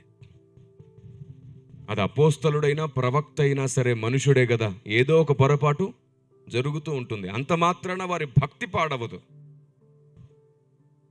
ఎందుకు నేను ఈ మాట చెప్తున్నానో తెలుసా? ఆదికాండం నుంచి ప్రకటన గ్రంథం వరకు 3000 సంగతులు బైబిల్ ఒకటి చెప్తే మనం ఇంకొకటి నమ్ముతున్నాం. బైబిల్ చెప్పింది కాక మనకు అర్థమైంది నమ్మేస్తున్నాం. అలాంటి పొరపాట్లు నా పరిశోధనలో నేను గుర్తించగలిగాను. అందులో ఒకటి రెబెకా సంగతి కూడా. అవును, రెబెకా పక్షపాతం కలిగిన స్త్రీ కాదు.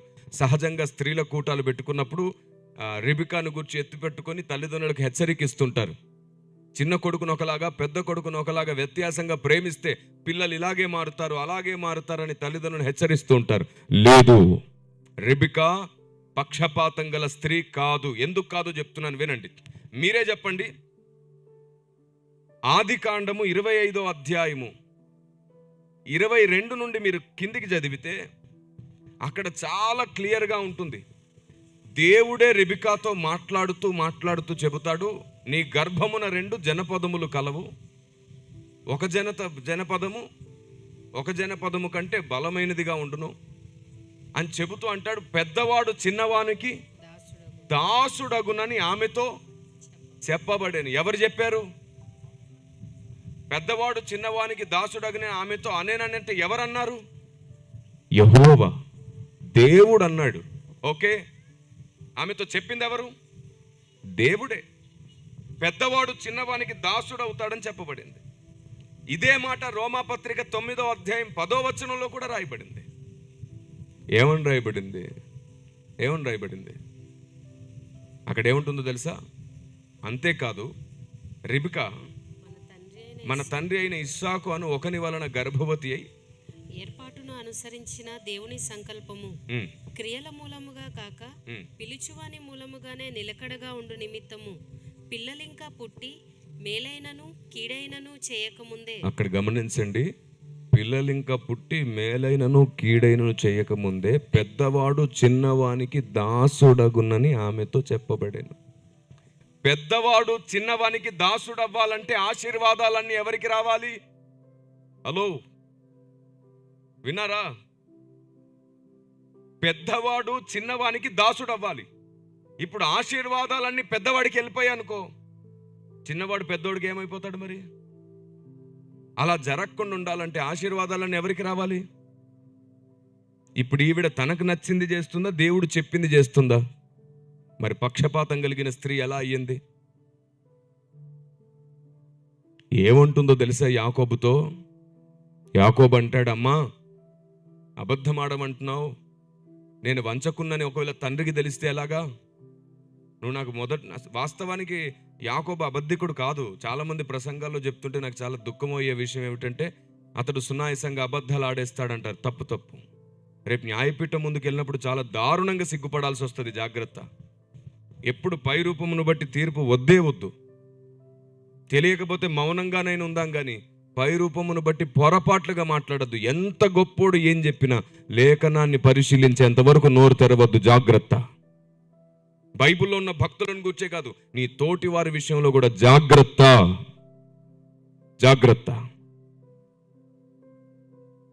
2 అతడు అబద్ధికుడేం కాదు. ఎప్పుడు ఎవరి విషయంలో అతను అబద్ధం ఆడాడు చెప్పండి? అబద్ధం ఆడడానికి భయపడతాడు. అబద్ధం ఆడడానికి యాకోబు భయపడతాడు. అమ్మా, నేను వంచకుడిగా తోస్తే శాపం వస్తుందమ్మా. అతడికి శాపం అంటే భయం. అబద్ధం ఆడితే ఒకవేళ మోసం చేస్తే శాపం వస్తుందని భయం. అప్పుడు అంటుంది రెబెకా, ఆ శాపం నా మీదకి వస్తుంది, నా మీదకి వచ్చునుగాక, నువ్వైతే వెళ్ళు. దేవుడు నాకు అప్పగించిన పని అవ్వాలి, అవసరమైతే నేను శాపగ్రస్తురాలనైనా అవుతాను, కానీ నా దేవుడు అనుకుంది జరగాలి అనుకుంది ఆవిడ. అంత రోషం కలిగిన స్త్రీని పక్షపాతం గల స్త్రీ అని నిందించడం స్టార్ట్ చేశాం మనం. మనకు పైరూపమే కనబడుతుంది. నరుని హృదయం కేవలం ఎల్లప్పుడూ చెడ్డది కాబట్టి మనకు పైరూపమే కనబడుతుంది. ఒక తెల్ల పేపర్ చూపించి ఇందులో మీకు ఏం కనబడుతుందంటే మచ్చెక్కడుందో అని వెతికేసుకుంటాం మనం, అక్కడ ఉన్నా లేకపోయినా. అలాంటి మైండ్ సెట్ మనది. మంచి ఆలోచన విధానం కాదు. అందుకే మనల్ని మార్చడానికి ప్రభు ఈ లోకానికి వచ్చారు. ఆయన మనస్సు మనకి ఇవ్వాలనుకుంటున్నారు. ఆయన క్రీస్తునకు కలిగిన ఈ మనసు మీరును కలిగి ఉండండి అంటున్నాడు. రెబెకా తర్వాత అలాంటి ఒక మాట నేను పౌలు గారి ద్వారా విన్నాను. బైబిల్లో పౌలు గారు అంటారు, దేహ సంబంధులైన ఈ నా సహోదరుల కొరకు అవసరమైతే క్రీస్తుకు వేరే నేను శాపగ్రస్తుడునైనా ఉండగోరుతాను, కానీ వీరిని మాత్రం కాపాడాలంటాడు. ఆత్మల రక్షణ కొరకు ఆయన శాపం మోయడానికి కూడా ఇష్టమేనంట. రెబెకాకు దేవుని చిత్తం నెరవేర్చడానికి శాపం మోయడానికి కూడా ఇష్టమేనంట. అంత ఉన్నత స్థాయి భక్తి కలిగినటువంటి రోషం గల భక్తులని మనకు నచ్చినట్లు మనం మాట్లాడుకుంటుంటే దేవుడు ఊరుకుంటాడా? ఊరుకోడు. జాగ్రత్త, ఊరుకోడు. యాకోబును కూడా మోసగాడు అనేస్తారు. అదేమిటో విచిత్రం. ఏంటి, మామను మోసం చేశాడని, తండ్రిని మోసం చేశాడని, అన్నయ్యను మోసం చేశాడని అంటుంటారు. మీరు చెప్పండి, ఆయన వంట ఆయన చేసుకుంటుంటే యాకోబు దగ్గరికి వచ్చింది ఎవరు? ఏసావు. వచ్చినోడు వచ్చి ఊరుకున్నాడా? నాకు ఆ కూర కావాలన్నాడు. యాకోబు ఏమన్నాడు?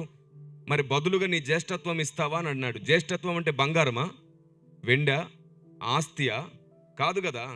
తల్లి నేర్పించింది. జ్యేష్ఠత్వం దేవునికి నచ్చినటువంటిది. జ్యేష్ఠులలో నుండే దేవుడు రాబోతున్నాడు అని తల్లి భక్తి నేర్పిస్తే యాకోబు మనసు నిండా జ్యేష్ఠత్వమే కావాలనే కోరికుంది. జ్యేష్ఠత్వం ఏదో ఆస్తిపాస్తులు కాదు, దేవుడు ఇష్టపడే గొప్ప సాధనం. మరి ఏసావు దృష్టికి జ్యేష్ఠత్వం ఎలాంటిది? అతని దృష్టికి అది గడ్డి పొరకతో సమానం అంట. ఏమంటాడు తెలుసా? చావబోతున్నాను, నాకు జ్యేష్ఠత్వం ఎందుకు, భోజనమే కావాలన్నాడు. అందుకు దేవుడు బైబిల్ అతని గురించి రాయించాడు, ఒక్క పూట కూటి కోసం జ్యేష్ఠత్వాన్ని నమ్ముకున్న భ్రష్టుడు, వ్యభిచారి అని రాయించుకున్నాడు. దేవుని దృష్టికి ఏసావు కరెక్ట్గా లేడు, మన దృష్టికి యాకోబు కరెక్ట్గా లేడు. దృష్టి చూసారు ఎలా ఉన్నాము? దేవునికి నచ్చింది కోరుకున్నవాడు మన దృష్టికి మోసగాడు. దేవుడు ఎప్పుడు యాకోబును మోసగాడు అనలా, కానీ బైబిల్ చదువుతుంటే మనకు అలా అనిపిస్తుంది, మోసం చేశాడేమో అన్నట్టుగా. కానీ అక్కడ అగ్రిమెంట్ జరిగింది. ఏసావు అగ్రిమెంట్ ప్రకారంగా ఇచ్చేశాడు. సరే, నేను నా జ్యేష్ఠత్వం ఇస్తాను, నువ్వు నాకు కూర ఇవ్వు. స్పృహలో ఉండేవి ఇచ్చేశాడు. రెండవది, తండ్రిని మోసం చేశాడు, అబద్ధం అది. రెబెకా బలవంతం చేస్తే, రెబెకా చెబితే తల్లి మాట ప్రకారంగా వెళ్ళి చేస్తాడు. అక్కడ కూడా ఇస్సాకే మోసపోలా. ఇస్సాకు దగ్గరగా పిలిచి దేవుడు అతనికి ఆల్రెడీ ఒక వరం ఇచ్చాడు ఇస్సాకుకి. అతడు వాసన చూశాడంట. వాసన చూసి యెహోవా దీవించిన చేని సువాసన వలె ఉన్నది, నేను దీవించకపోవడానికి ఎవరిని అని కన్ఫర్మ్ అయి దీవిస్తాడు. మోసపోయి దీవించలేదు. పరిశుద్ధాత్మ దేవుని శక్తి వలన అతను కన్ఫర్మ్ అయి దీవిస్తాడు. మూడవది, మామను మోసం చేశాడంట. ఇంతకంటే పచ్చి అబద్ధం ఇంకోటి ఉంటుందా? 10 మార్లు మోసం చేసింది ఆయన. మీకు ఇంకో పెద్ద మాట చెప్తాను, మామని ఈయన మోసం చేయడం కాదు, ఈయననే మామ మోసం చేసింది కాకుండా ఇతను తన తెలివిని వాడి అక్కడ చాలా ఆస్తిని సంపాదించుకున్నాడు అని చెప్పి నింద వేస్తాం మనం. దేవదూత స్వప్నమందు యాకోబుకు దర్శనమిచ్చి ఏం చేయమనిందో అదే యాకోబు చేసి తన మందను తాను సంపాదించుకున్నాడు. ఈ మాట తన భార్యతో చెప్పాడా లేదా బైబిల్లో? నేను ఏ పని నా సొంత తెలివితో చేయలేదు. స్వప్నమందు దేవదూత నాకు ప్రత్యక్షమై ఇలా చేయమన్నాడు కాబట్టి నేను అలా చేశాను. మీ నాన్న కుట్రతో నన్ను మోసం చేయాలనుకున్న ప్రతిసారి దేవుడే నాకు సహాయం చేశాడని చెప్తాడు. అక్కడ కూడా దేవుడు చెప్పినట్టు చేసుకున్నాడు. ఇప్పుడు నాకు నిరూపించండి, ఎక్కడున్నాడు యాకోబు మోసగాడిగా? అందుకే నేను చెప్తాను, బైబిల్ని జాగ్రత్తగా పరిశీలించి చదవండి. పై రూపంలో కనబడేది కాదు. ఇలా ఆలోచించేవారే తలగా మారుతారు. ప్రతిదాన్ని జాగ్రత్తగా ఆలోచిస్తేనే అధిక మహిమలో ఉండే అర్హత దొరుకుతుంది. అర్థమవుతుందా మీకు? దేవుడు ఏం ఆలోచిస్తున్నాడో అది మనం ఆలోచించే స్థాయికి వచ్చిన రోజున దేవుడు మనల్ని తలగా నియమిస్తాడు. దేవునికి మహిమ కలుగునుగాక. Praise the lord. ఇప్పటిదాకా నేను చెప్పింది ఒక ఎత్తు. ఇప్పుడు దేవుడు మనకు జరిగిన విషయాలు కూడా చెప్పాలని బైబిల్ గ్రంథంలో చాలా రహస్యాలు దాచిపెట్టాడు. పూర్వమున జరిగిన సంగతులు, సాతాను తంత్రములను కూడా మనకు అర్థమయ్యేటట్లు చేయాలని కొన్ని రహస్యాలు భక్తుల జీవితాల్లో ముద్ర వేశాడు దేవుడు. ఎలాంటిదో నేను మీకు చెప్పనా? యోబు సంగతి. ఇటీవలి కాలంలో సంఘానికి ఈ విషయం చెప్పడానికి నేను ఎక్కువ ప్రేరేపించబడుతున్నాను. యోబు సంగతి నేను మీకు పరిచయం చేస్తాను. మీరు చెప్పండి. సాతాను భూమిపైన ఇటు అటు తిరుగుచూ పరలోక రాజ్యానికి వచ్చాడు, అవునా? రైట్. అలా పరలోక రాజ్యానికి వచ్చిన తర్వాత పలకరించింది ఎవరు సాతాన్ని? దేవుడా లేదా సాతానే పలకరించాడా? దేవుడు పలకరించాడు. ఎక్కడి నుండి వచ్చావు అని. సాతాన్ ఏమన్నాడు? భూమి పైన ఇటు అటు తిరుగుచూ వచ్చాను. సరే, యోబు టాపిక్ మాట్లాడింది దేవుడా సాతానా? యోబు పేరెత్తింది దేవుడా సాతానా? దేవుడు మాట్లాడతాడు, నా సేవకుడైన యోబు సంగతి నీవు ఆలోచించితివా అంటాడు. నేను అడుగుతాను, సాతాను ముందు అనవసరంగా యోబు టాపిక్ ఎందుకు ఎత్తేవయ్యా నువ్వు? వాడి దారిలో వాడు వెళ్ళిపోతున్నాడు. వాడి ఊరికే రాడు, చాలా కుట్రతో పరలోకానికి వస్తాడు. మీకు తెలుసా, సాతాను పరలోకానికి వచ్చిన ప్రతిసారి వాడి కారణం ఏంటో చెప్పనా? భూమి మీద ఉన్నటువంటి దేవుని పిల్లల జీవితాలలో వాడే కావాలని కల్పించి, వారిని ప్రేరేపించి, వారిని పడగొట్టి, వారితో తప్పులు చేయించి, వాటన్నిటిని ఆధారాలుగా తీసుకొని పరలోకంలో 24 గంటలు నేరం మోపుతూనే ఉంటాడంట వాడు. రాత్రి పగళ్ళు మన సహోదరుల మీద నేరము మోపువాడైన అపవాది అనుంది బైబిల్లో. వాడు పరలోకానికి వెళ్తే నేరం మోపడానికి వెళ్తాడు. ఆ రోజు భూమిపైన ఇటు అటు తిరుగులాడుచు కొన్ని వందల మంది చిట్టా తీసుకొని, సాక్ష్యాలు తీసుకొని, కొంత వందల మందిని నాశనం చేయడానికి పరలోకానికి వచ్చాడు. ఎందుకో తెలుసా? దేవుని ఉగ్రత వారి మీదకి వచ్చేటట్లు చేయడమే వాడి పని. వారి చేతులతో వారే ఉరియొడ్డుకునేటట్లు చేయడమే వాడి పని. బిలాముకు సాతాను ఆలోచన పుట్టించాడు. ఎలాంటిది? బలాకుతో అంటాడు, నేను ఎలాగో శపించలేను, వారి దేవుడే వారిని నాశనం చేసేటట్లు నా దగ్గర ఒక జ్ఞానం ఉంది. అందుకే బిలాము బాలాకుకు నేర్పిన బోధ వారికి వారే ఉరియొడ్డుకునేటట్లు. సేమ్ సాతాను అదే చేస్తుంటాడు. మనకు మనమే ఉరియొడ్డుకునేటట్టు చేసి దాన్ని తీసుకెళ్ళి అక్కడ వాదించి మన మీదకి శిక్ష వచ్చేటట్లు చేసి దేవుని ఉగ్రత వచ్చేటట్లు చేస్తాడు. సరిగ్గా అప్పుడే వందల మంది అమాయకుల చిట్టా తీసుకొని వాడు పరలోకానికి వచ్చాడు. భూమి మీద ఇటు అటు తిరుగులాడింది, ఊరికే తిరగడు, అందరి సాక్ష్యాధారాలు తీసుకొని వెళ్తాడు అక్కడికి. వాడు టైంపాస్ చేస్తాడా? అబ్బే, వాడికి టైం చాలా తక్కువ ఉందని తెలుసు. ఒక్క నిమిషం టైంపాస్ చేయడు వాడు. వాడు భూమి మీద తిరిగాడంటే పనితోనే తిరుగుతాడు. ఆ పని ప్రకారంగా వాడు మొత్తం సాక్ష్యాలు తీసుకొని వెళ్ళాడు పరలోకానికి. అప్పుడు నా దేవుడు ఆ వందల మందిని కాపాడాలనుకున్నాడు, చూశారు. అప్పుడు తన భక్తులను అడ్డుగా వేశాడు. ఎందరో అమాయకుల్ని కాపాడాలనుకున్న ప్రతిసారి దేవుడు తన భక్తులనే అడ్డుగా నిలబెడుతున్నాడు. ఆ రోజు ఇశ్రాయేలు ప్రజలకు అడ్డుగా మోషే, దేవుని పిల్లలకు అడ్డుగా అబ్రహాము, ఇలా ఎందరో భక్తుల జీవితాలు విరిగి నలిగిపోతూ.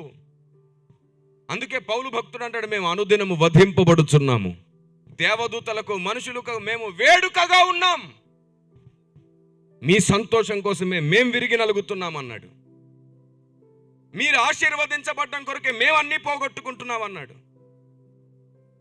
యోబు టాపిక్ ఊరికే ఎందుకు వచ్చింది? వందల మందిని కాపాడడానికి యోబును దేవుడు అడ్డుగా పెట్టాడు. సాతాను అక్కడే పూర్తిగా డివేట్ అయ్యాడు. వాడు అక్కడి నుంచి వాడి దృష్టి మళ్లించబడింది. వాడు అన్నాడు, సరే యోబు చుట్టూ నువ్వు కంచె వేసావు కదా, కాబట్టి అతను నిన్ను స్తుతిస్తూ యథార్థవంతుడుగా ఉన్నాడు, కంచెది చూడు. వాడి 100 మంది గురించి వాదించడం మానేసి యోబు ఒక్కడిని పట్టుకున్నాడు. మీకు తెలుసా, యోబును వాడు కొంతవరకు పాడు చేసిన తర్వాత దేవుడు సాతానుతో ఒక మాట అంటాడు, ఏ సాతానా, నువ్వు నిష్కారణముగా నా యోబును పాడు చేసేటట్లు నీవే నన్ను ప్రేరేపణ చేసావని అంటాడు. యోబు గ్రంథం 2వ అధ్యాయంలో మీరు చూస్తే 3వ వచనం నుండి నాకు చాలా ఆశ్చర్యంగా అనిపించిన వచనం అది. చూడండి ఒకసారి, యోబు గ్రంథం 2వ అధ్యాయం 3వ వచనం. అందుకు యెహోవా నీవు నా సేవకుడైన యోబు సంగతి ఆలోచించితివా అతడు యథార్థవర్తనుడును న్యాయవంతుడునై దేవుని యందు భయభక్తులు కలిగి చెడుతనమును విసర్జించిన వాడు. భూమి మీద అతని వంటి వాడెవడునూ లేడు. నిష్కారణముగా అతనిని పాడు చేయుటకు నీవు నన్ను ప్రేరేపించినను అతడు ఇంకనూ తన యథార్థతను వదలక నిలకడగా నున్నాడనగా. ఈ మాట గమనించారా? ఇంకొకసారి చదవండి అక్కడ. నిష్కారణముగా అతనిని పాడు చేయుటకు నీవు నన్ను ప్రేరేపించినను అతడు ఇంకనూ తన యథార్థతను వదలక నిలకడగా ఉన్నాడనగా. ఇప్పుడు చెప్పండి, ఎవరిని ప్రేరేపించారంట? సాతాను దేవుణ్ణి ప్రేరేపించాడంట. నేనే మిమ్మల్ని అడుగుతాను, ఇది నిజమేనా? సాతాను దేవుణ్ణి ప్రేరేపిస్తే దేవుడు ప్రేరేపించబడతాడా? అది జరుగునా? దేవుణ్ణి ప్రేరేపించే వాళ్ళు ఎవరున్నారు ఈ విశ్వంలో? వాస్తవానికి పరలోకానికి వచ్చినప్పుడు యోబు టాపిక్ సాతాన్ దగ్గరికి తెచ్చింది ఎవరు? దేవుడు. అసలు సాతాన్నే ప్రేరేపించింది ఎవరు? దేవుడు. ఎందరో మహా భక్తుల జీవితాలను దేవుడు ఇలాగే నలగొట్టి విరగొట్టి వారి జీవితాల గుండా కూడా దేవుడు అనేక మర్మములను మాట్లాడుతున్నాడు. Praise the lord. యోబు జీవితం విరిగి నలిగింది కాబట్టి యోబు గ్రంథంలో మహా రహస్యాలు బయటకు వచ్చాయి. మీకు తెలుసా, భక్తుడు నిందించబడ్డా, భక్తుడు అవమానించబడ్డా, భక్తుడు విరిగి నలిగిపోయిన భక్తుడు ఈ లోకంలో తృణీకరించబడ్డా మరలా దేవుడు ప్రకటించబడుతూనే ఉంటాడు భక్తుని జీవితం నుండి. ఆమేన్. అతడు భక్తుడు అంటే. భక్తుడు పడిపోడు, 7 మార్లు పడ్డా మళ్ళీ తిరిగి లేస్తాడు. భక్తుడు నలిగినా సరే మరలా దేవుడే కనబడతాడు. భక్తుడు విరిగినా మళ్ళీ దేవుడే కనబడతాడు. భక్తుడు అవమానించబడి నిందించబడ్డా మరలా దేవుడే స్తుతించబడతాడు. దావీదును చూడండి, అవమానాల్లో ఓ గీతం, విరిగి నలిగితే ఓ గీతం. అపోస్తుడైన పౌలు చూడండి, అతడు ఎన్నిసార్లు విరిగి నలిగితే అన్నిసార్లు దేవుని గూర్చిన మర్మం ప్రకటిస్తూ వచ్చాడు. ఒకటి హృదయము విరిగి నలిగిన కొలది దేవుడు అర్థమవుతూనే ఉంటాడు ఆ వ్యక్తికి. అతనిని భక్తుడు అంటాం. మనం విరిగి నలిగితే కృంగిపోతాం, భక్తులు విరిగి నలిగితే ఎదుగుతూ ఉంటారు. దేవునికి స్తోత్రం కలుగునుగాక. మేము మీకు పై రూపంలో కనబడుతున్న ఈ కొంచెం షూటు బూట్ వేసుకొని కొంచెం హుందాగా మీకు కనబడుతున్న ఈ రూపం ఏదైతే ఉందో, ఇది మేము 4 గోడల మధ్యలో 4 ప్రాంతాల్లోనే సేవ చేయట్లేదు. 4 దిక్కులు పరిగెడుతున్నాం కాబట్టి మా పై రూపాన్ని బట్టి ఇంకొకరు మమ్మల్ని చులకన చేసి దేవుని వాక్యాన్ని చులకన చేయకూడదన్న ఒక్క కారణంతోనే అందరికీ అందరి వారమై అనుకూలంగా నడుస్తున్నాం, అంతే. ఇది మా వ్యూహంలో భాగం మాత్రమే. దేవుడు మాకిచ్చిన అంతస్తు స్థాయిలో రాజుల ముందు, ప్రధానుల ముందు వెళ్ళినప్పుడు నేను నార్మల్గా వెళ్తే కుదరదు. ఒకప్పుడు నాకు ఇప్పటికీ గుర్తుంది, నా సేవ ప్రారంభంలో ఎప్పుడు నాకు వైట్ అండ్ వైట్ వేసుకోవడం అంటే ఇష్టం. లాల్చీ వేసుకుంటూ ఉండేవాడిని ఎప్పుడు. ఇప్పటికి ఆ ఫొటోస్, ఆ పరిచర్య మొత్తం ఉన్నాయి నా దగ్గర. ఎప్పుడు లాల్చీ వేసుకునేవాడిని, లేకపోతే బ్లాక్ ప్యాంట్ వైట్ షర్ట్ వేసుకునేవాడిని. ఒకసారి ఇలాగే కొంచెం ముడతబడిపోయిన తెల్లబట్లు లాల్చీ వేసుకొని వెళ్ళిపోయాను నేను ఒక మీటింగ్కి, ఒక కృతజ్ఞత కూటానికి వెళ్తే అక్కడ నాకెవరు పెద్దగా పట్టించుకోవట్లా, నా మాటకి ఎవరు పెద్దగా విలువ ఇవ్వట్లా. ఏమిట్రా అంటే అది ఒక కమిషనర్ గారి ఇల్లు.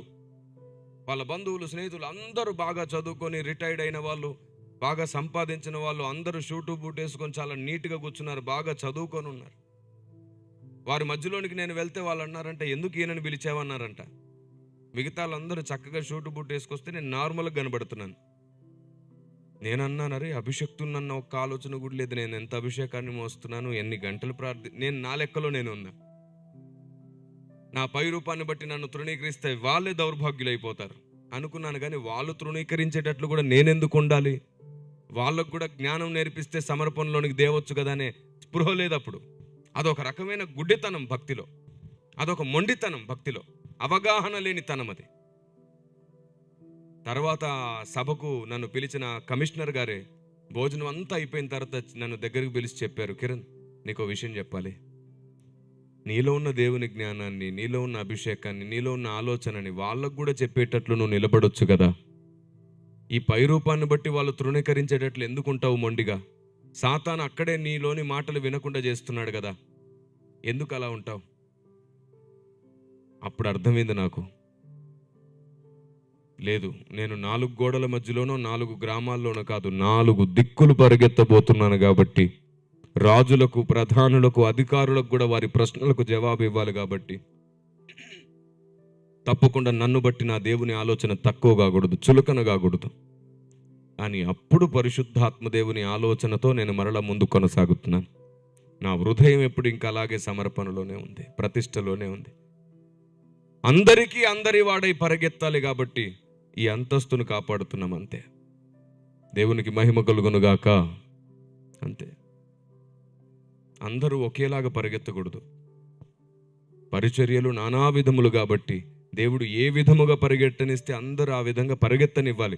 ఎవరెవరిని బలవంత పెట్టొద్దు, మాలాగే ఉండు అని. అది మాత్రమే పరిశుద్ధాత్మ దేవుని వలన నేను నేర్చుకున్నాను. అందరినీ అన్ని కోణాల్లో వాడుకొని ప్రపంచంలో దేవుడు అద్భుతంగా పరిచర్య జరిగిస్తూనే ఉన్నారు. ఆమేన్. డిఎల్ మోడీ గారు ఎప్పుడు మనలాగా మనం అనుకున్నట్టు లేరు, ఆయనకు నచ్చినట్టే ఉన్నారు, వారి దేశానికి అనుకూలంగానే ఉన్నారు.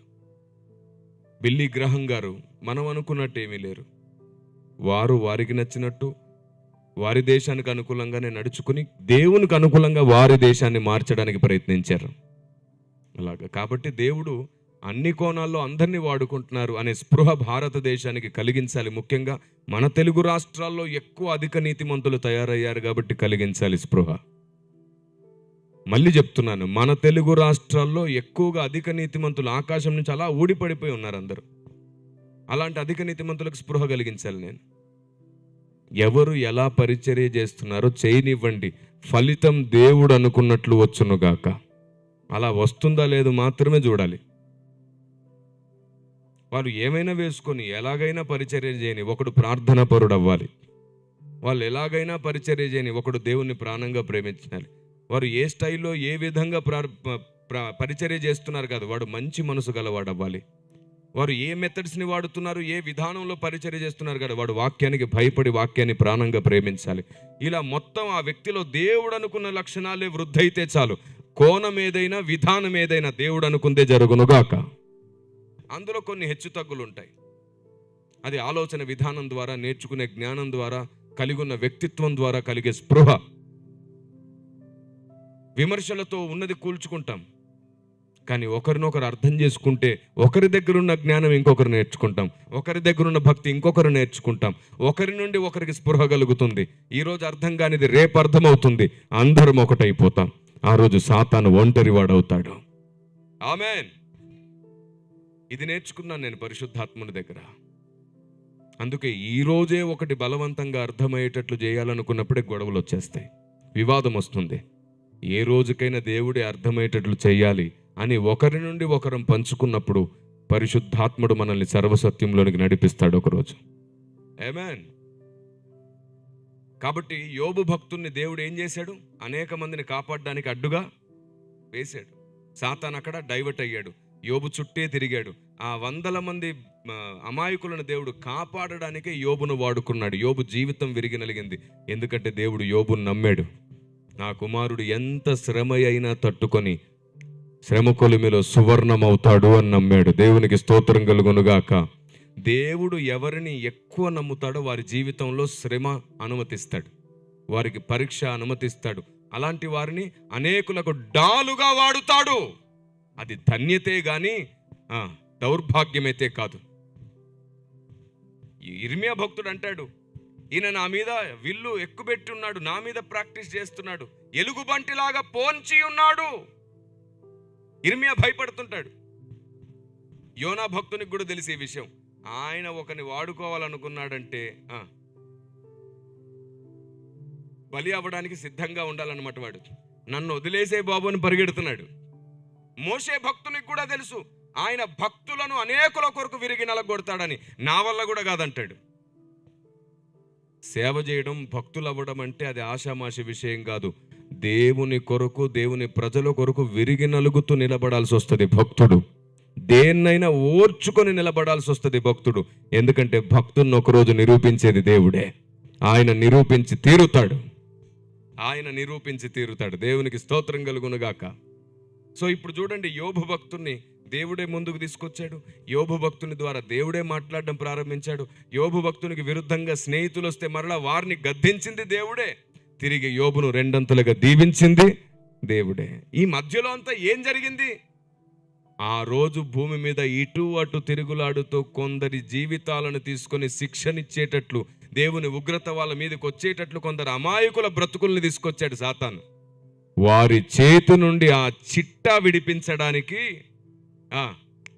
దేవుడు అన్నాడు ఏంటో తెలుసా? 2వ అధ్యాయం 3వ వచనంలో, నీవే నిష్కారణంగా ఒక అమాయకుణ్ణి బలి చేస్తున్నావు, నా నీతిమంతుడైనటువంటి యోబు మీద నువ్వే నింద మోపుతున్నావు అని చెప్పి వాణ్ణి అనేక సంవత్సరాల పాటు పరలోక రాజ్యంలో నింద మోపకుండా కట్టడి చేయగలిగాడు ఆయన. ఎంతో మంది అమాయకులను కాపాడాడు ఆయన. ఆమేన్. పరలోకానికి ఒక చట్టం ఉంది. మీకు తెలుసా? కొందరు లాయర్స్ ఏదైనా తప్పు కేసులో వాదించారు, తప్పును గెలిపించాలని ప్రయత్నించారని తెలిసినప్పుడు వారికి సస్పెన్షన్ విధిస్తారు కదా.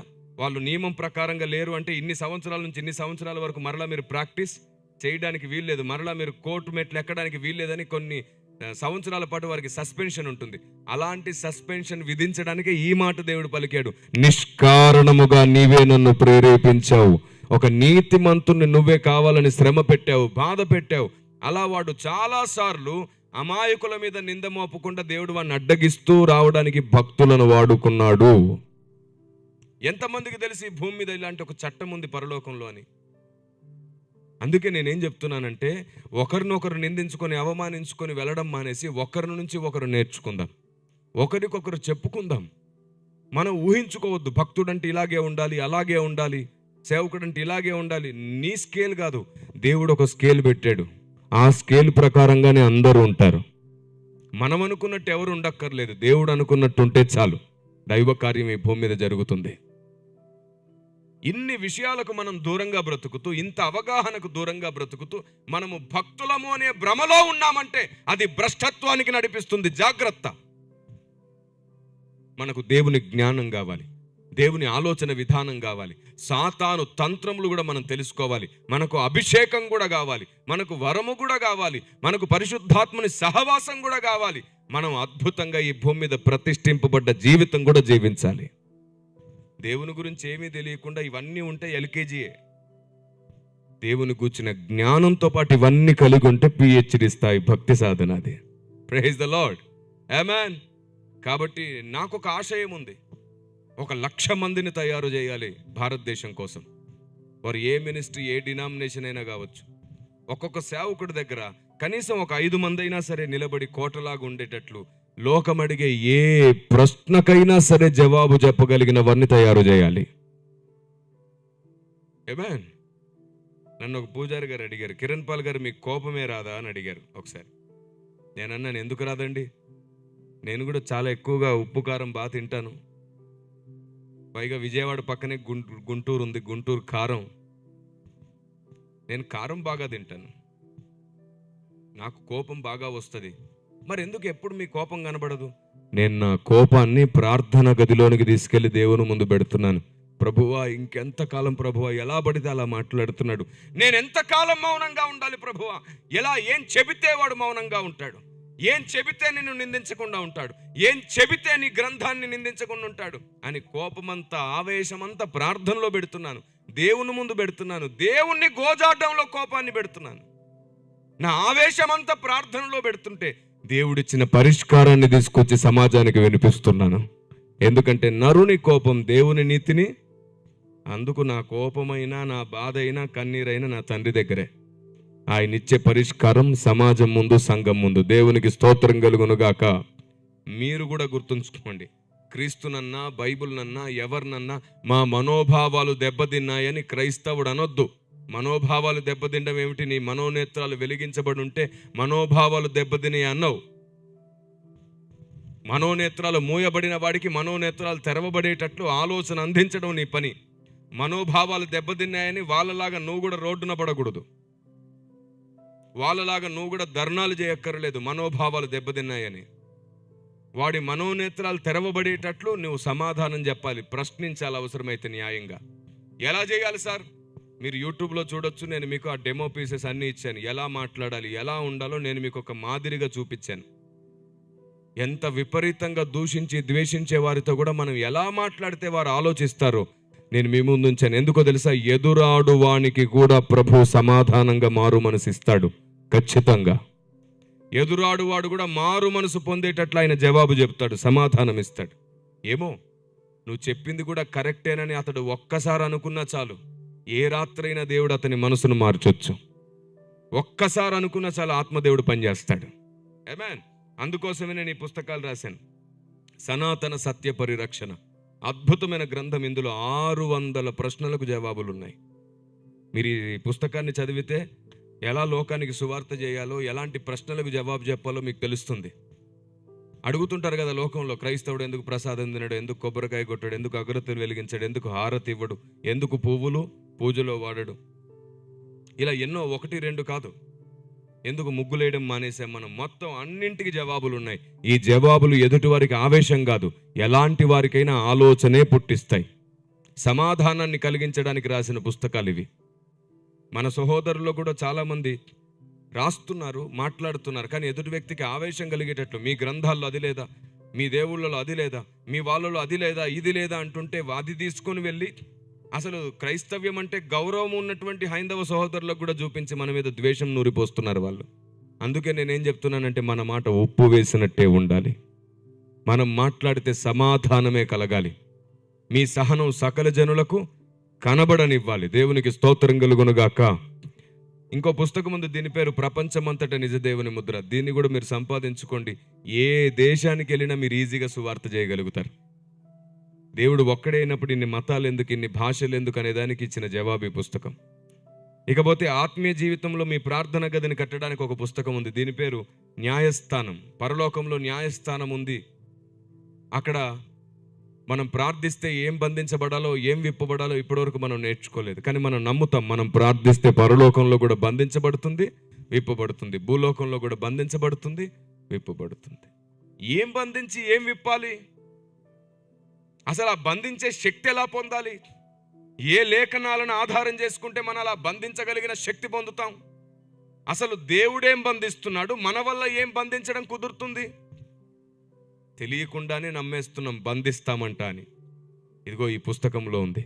నేను మాటిస్తున్నాను, ఈ పుస్తకంగానే మీకు అర్థమయ్యిందా మీ ప్రార్థన గది పదంతలుగా మండి తీరుతుంది.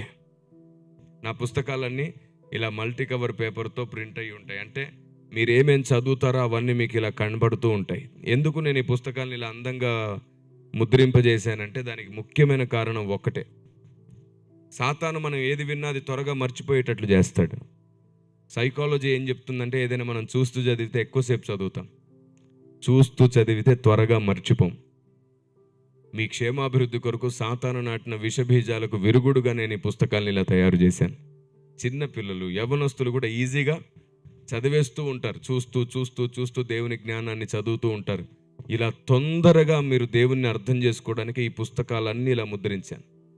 7 పుస్తకాలు మీ మధ్యలోనికి తీసుకొచ్చాను. వీటిని సంపాదించుకోండి. ఎందుకు నేను పుస్తకాలు పరిచయం చేస్తున్నాను తెలుసా? ఒకటే కారణం.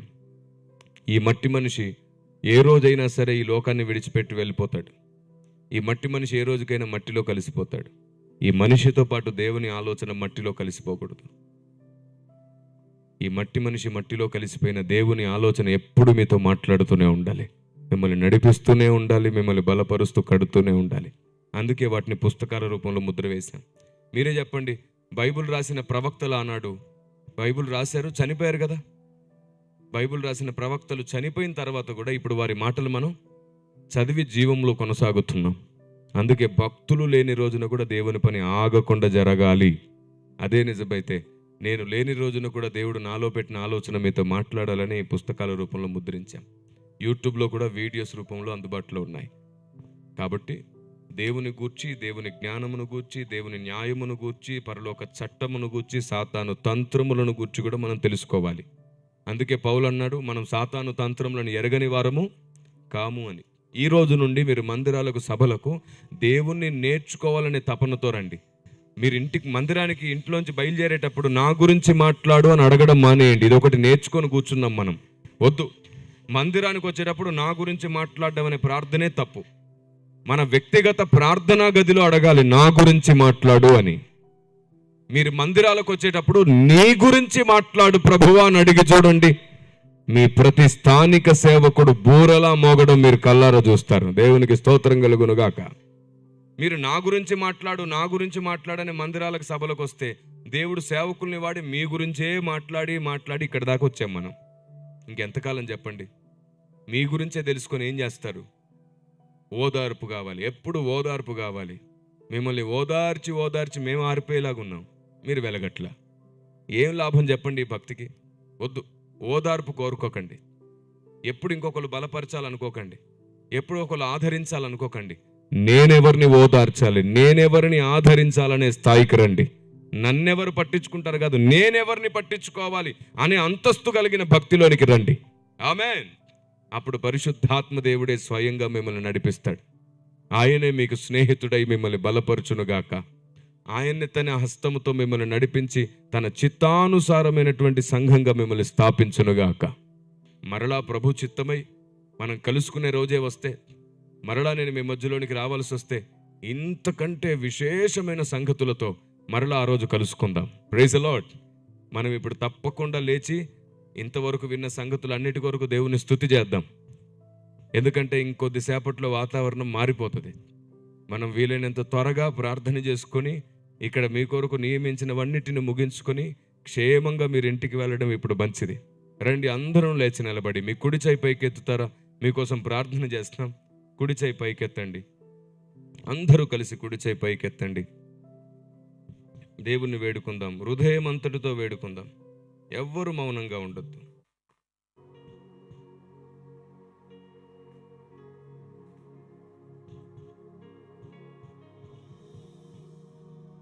ఎవ్వరు మౌనంగా ఉండకండి. హృదయం అంతటితో మొరపెడదాం. కళ్ళు మూసుకోండి. మీ కుడి చేయి పైకెత్తండి. దేవుడు నీ పట్ల కలిగి ఉన్న ప్రణాళిక, సంకల్పం పూర్తయ్యే వరకు మరణం నిన్నేమి చేయజాలదు. ఆపదలు నిన్నేమి చేయజాలవు. సమస్యలు, అప్పులు, కష్టాలు, బాధలు నిన్నేమి చేయజాలవు. ఈరోజు నుంచి బాధలు తొలగించు, కష్టాలు తొలగించు, ఇబ్బందులు తొలగించని ప్రార్థించడం మానేసి వాటిని ఎదిరించే శక్తి నాకు ప్రభువా అని అడుగుదాం. వాటిని ఎదిరించే శక్తి నాకు ఇవ్వు ప్రభువా అని అడుగుదాం. ఎవ్వరు మౌనంగా ఉండొద్దు. శ్రమలు తొలగించు ప్రభువా అని అడిగింది చాలు. శ్రమలను ఎదిరించి పోరాడి గెలిచే శక్తిని నాకు ఇవ్వు ప్రభువా అని అడుగుదాం. రోషం కలిగిన భక్తి వైపు కొనసాగుదాం. నియమము కలిగిన భక్తి వైపు కొనసాగుదాం. ఆజ్ఞల వెంబడి పరిగెడదాం. సూత్రముల వెంబడి పరిగెడదాం. దేవుని ఆలోచన వెంబడి పరిగెడదాం. ప్రాస్పరిటీ వెంట పరిగెత్తింది చాలు. ప్రాసెస్ వెంట పరిగెడదాం. రండి. భక్తుడు అంటాడు, కృపాక్షేమములు నా వెంట వచ్చును అని. ఇన్నాళ్ళు మనం వాటి వెంట పరిగెత్తాం, ఇంకా చాలు. అవి కూడా మన వెంట పరిగెత్తేటట్లు మన భక్తిని తీర్మానంలోనికి తీసుకెళ్దాం. ఇక మరణం కూడా నన్నేం చెయ్యజాలదని నేను నమ్ముతున్నాను. నీ చిత్తం నాలో నెరవేరు వరకు దయ చూపించు ప్రభువా అని అడుగుదాం. Praise the lord. నీ కృప సమృద్ధిగా నాపై నిలిపి తోడై ఉన్నావు. దయచేసి ఎవరు అటు ఇటు చూడకండి. మరణమున సమయం కాదు. కళ్ళు మూసుకుందాం. కళ్ళు మూసుకొని బ్రతిమాలుకునే సమయం ఇది. పరిస్థితి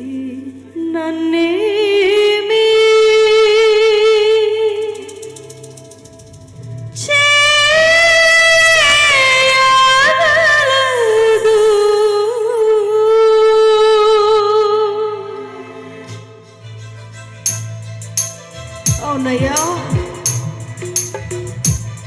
ఏది నన్ను ఎంత మాత్రము ఏమి చేయలేదయ్యా.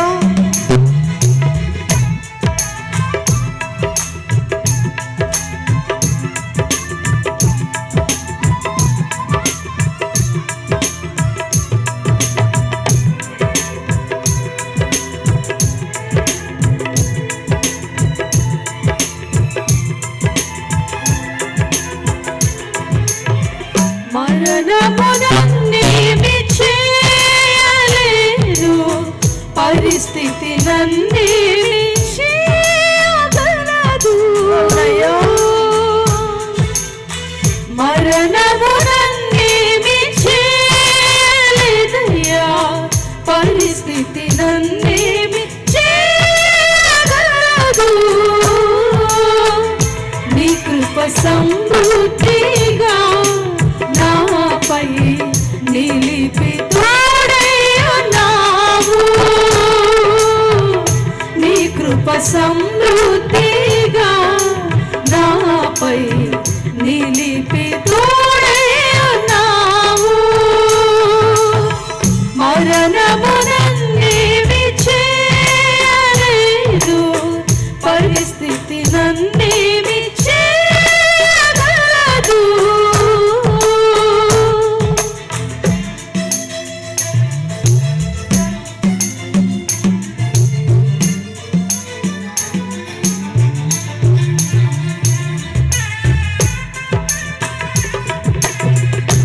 ప్రతి ఒక్కరు కూడా కళ్ళు మూసుకొని కొద్ది నిమిషాలు ప్రభుని ఆరాధన చేసుకున్నామా.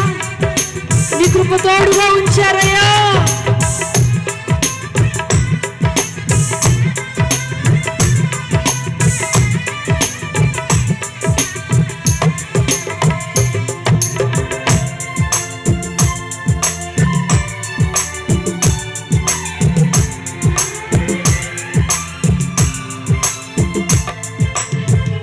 నీ రక్తమే నన్ను నీతిమంతుని చేసి, నీ వాక్యమే నాకు దివ్య వెలుగాయి.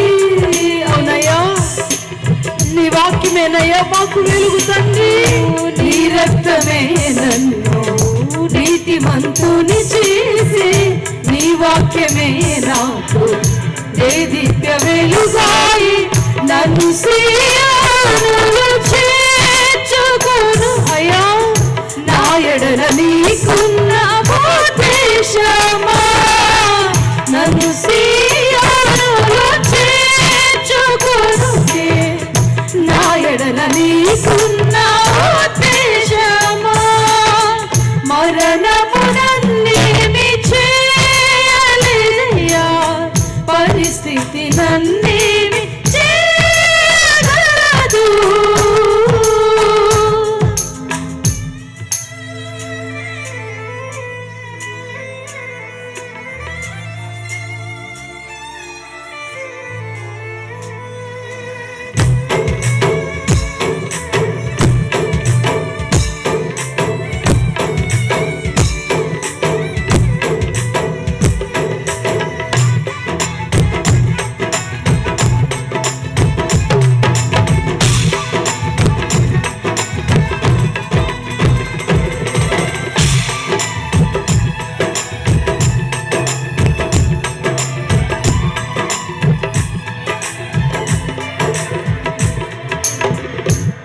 రూపమును పొంది జీవించుటే ఆశ. సియోను పాటను గొర్రె పిల్లతో పాడి. అవునయ్యా, నీ రూపమును పొంది జీవించుటే ఆశ. సియోను పాటను గొర్రె పిల్లతో పాడి, విశ్వసింపవారికి మాదిరిగా నేనుండుటే, నా ఎడల నీకున్న విశ్వసింపవారికి మాదిరిగా నేనుండుటే, నా ఎడల నీకున్న ఉద్దేశమా.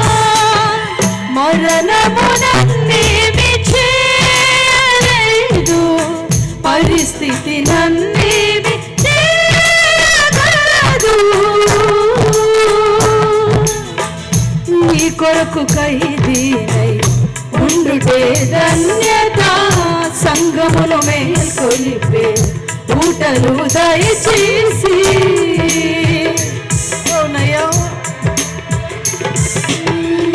నీ కొరకు ఖైదీనై ఉండుటే ధన్యత, సంగములు మేల్కొలిపే ఊటలు దయచేసి.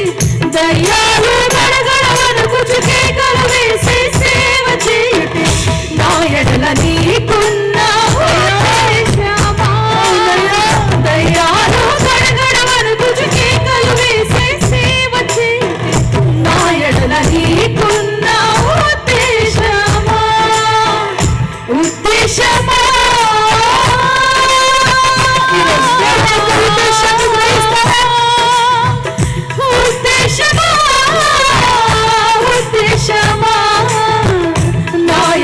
నీకున్న ఉద్దేశమా, నా ఎడల నీకున్న ఉద్దేశమా. విశ్వసింపడానికి మాదిరిగానే ఉండుటే నా ఎడల నీకున్న ఉద్దేశమా.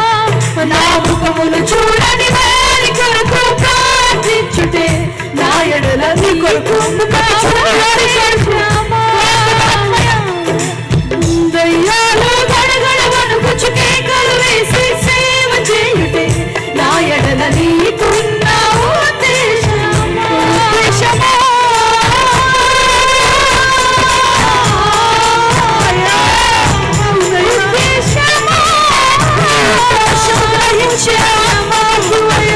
నా ఎడల నీకున్న ఉద్దేశమా. నా ఎడల నీకున్న ఉద్దేశమా.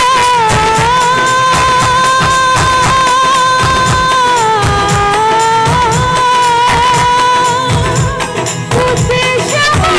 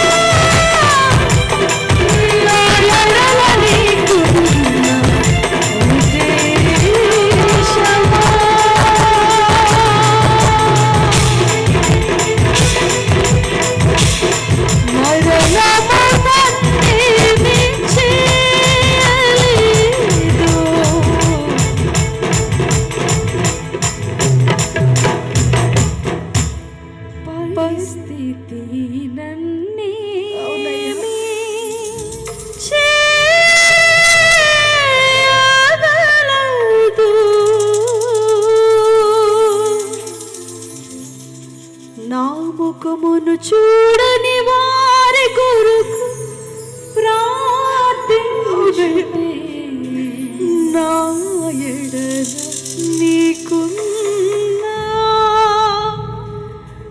ఉద్దేశమా.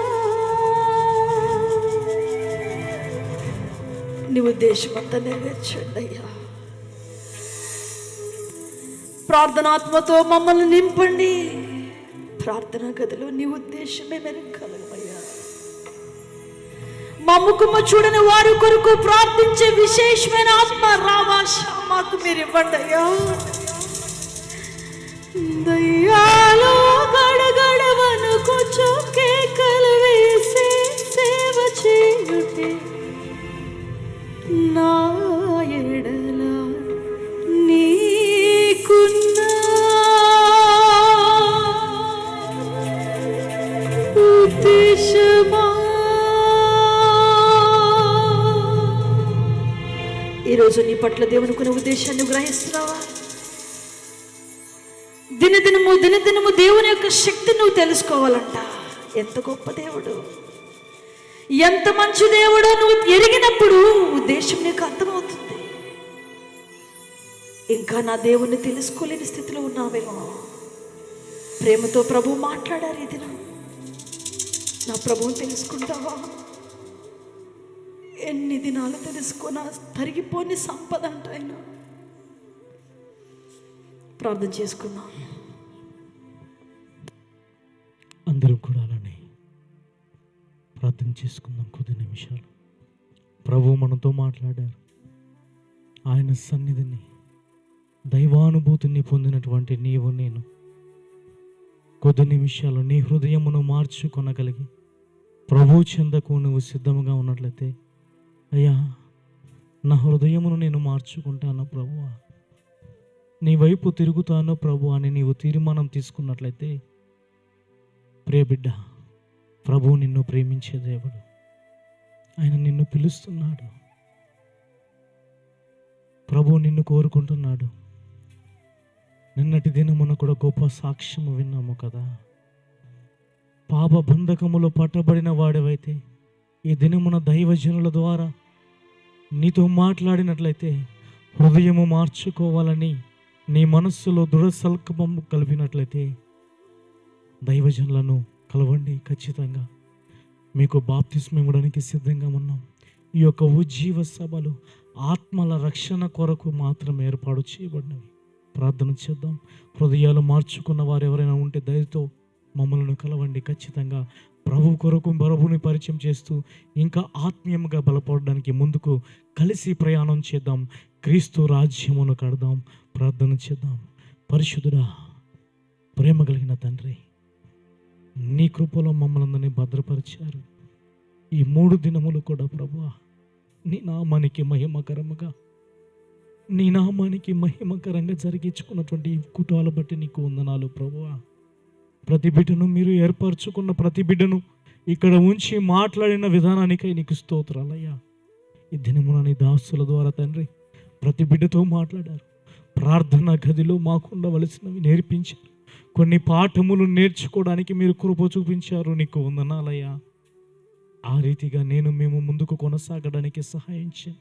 మా పట్ల నీ యొక్క కార్యములు జరిగించి సహాయము చేసి ఇంకను ప్రభువా, ఇదిగో క్రీస్తు సైనికుని వలె నీ రాజ్యమును కట్టడానికి మేము అందరము కలిసి పని చేయగలిగే భాగ్యమును, కృపను దయతో అనుగ్రహించి సహాయము చేయమని మా ప్రియ ప్రభువును నిజరక్షకుడునైన యేసు క్రీస్తు వారి అతి శ్రేష్టమైన నామమున అడిగి వేడుకొంచున్నాము తండ్రి. ఆమేన్.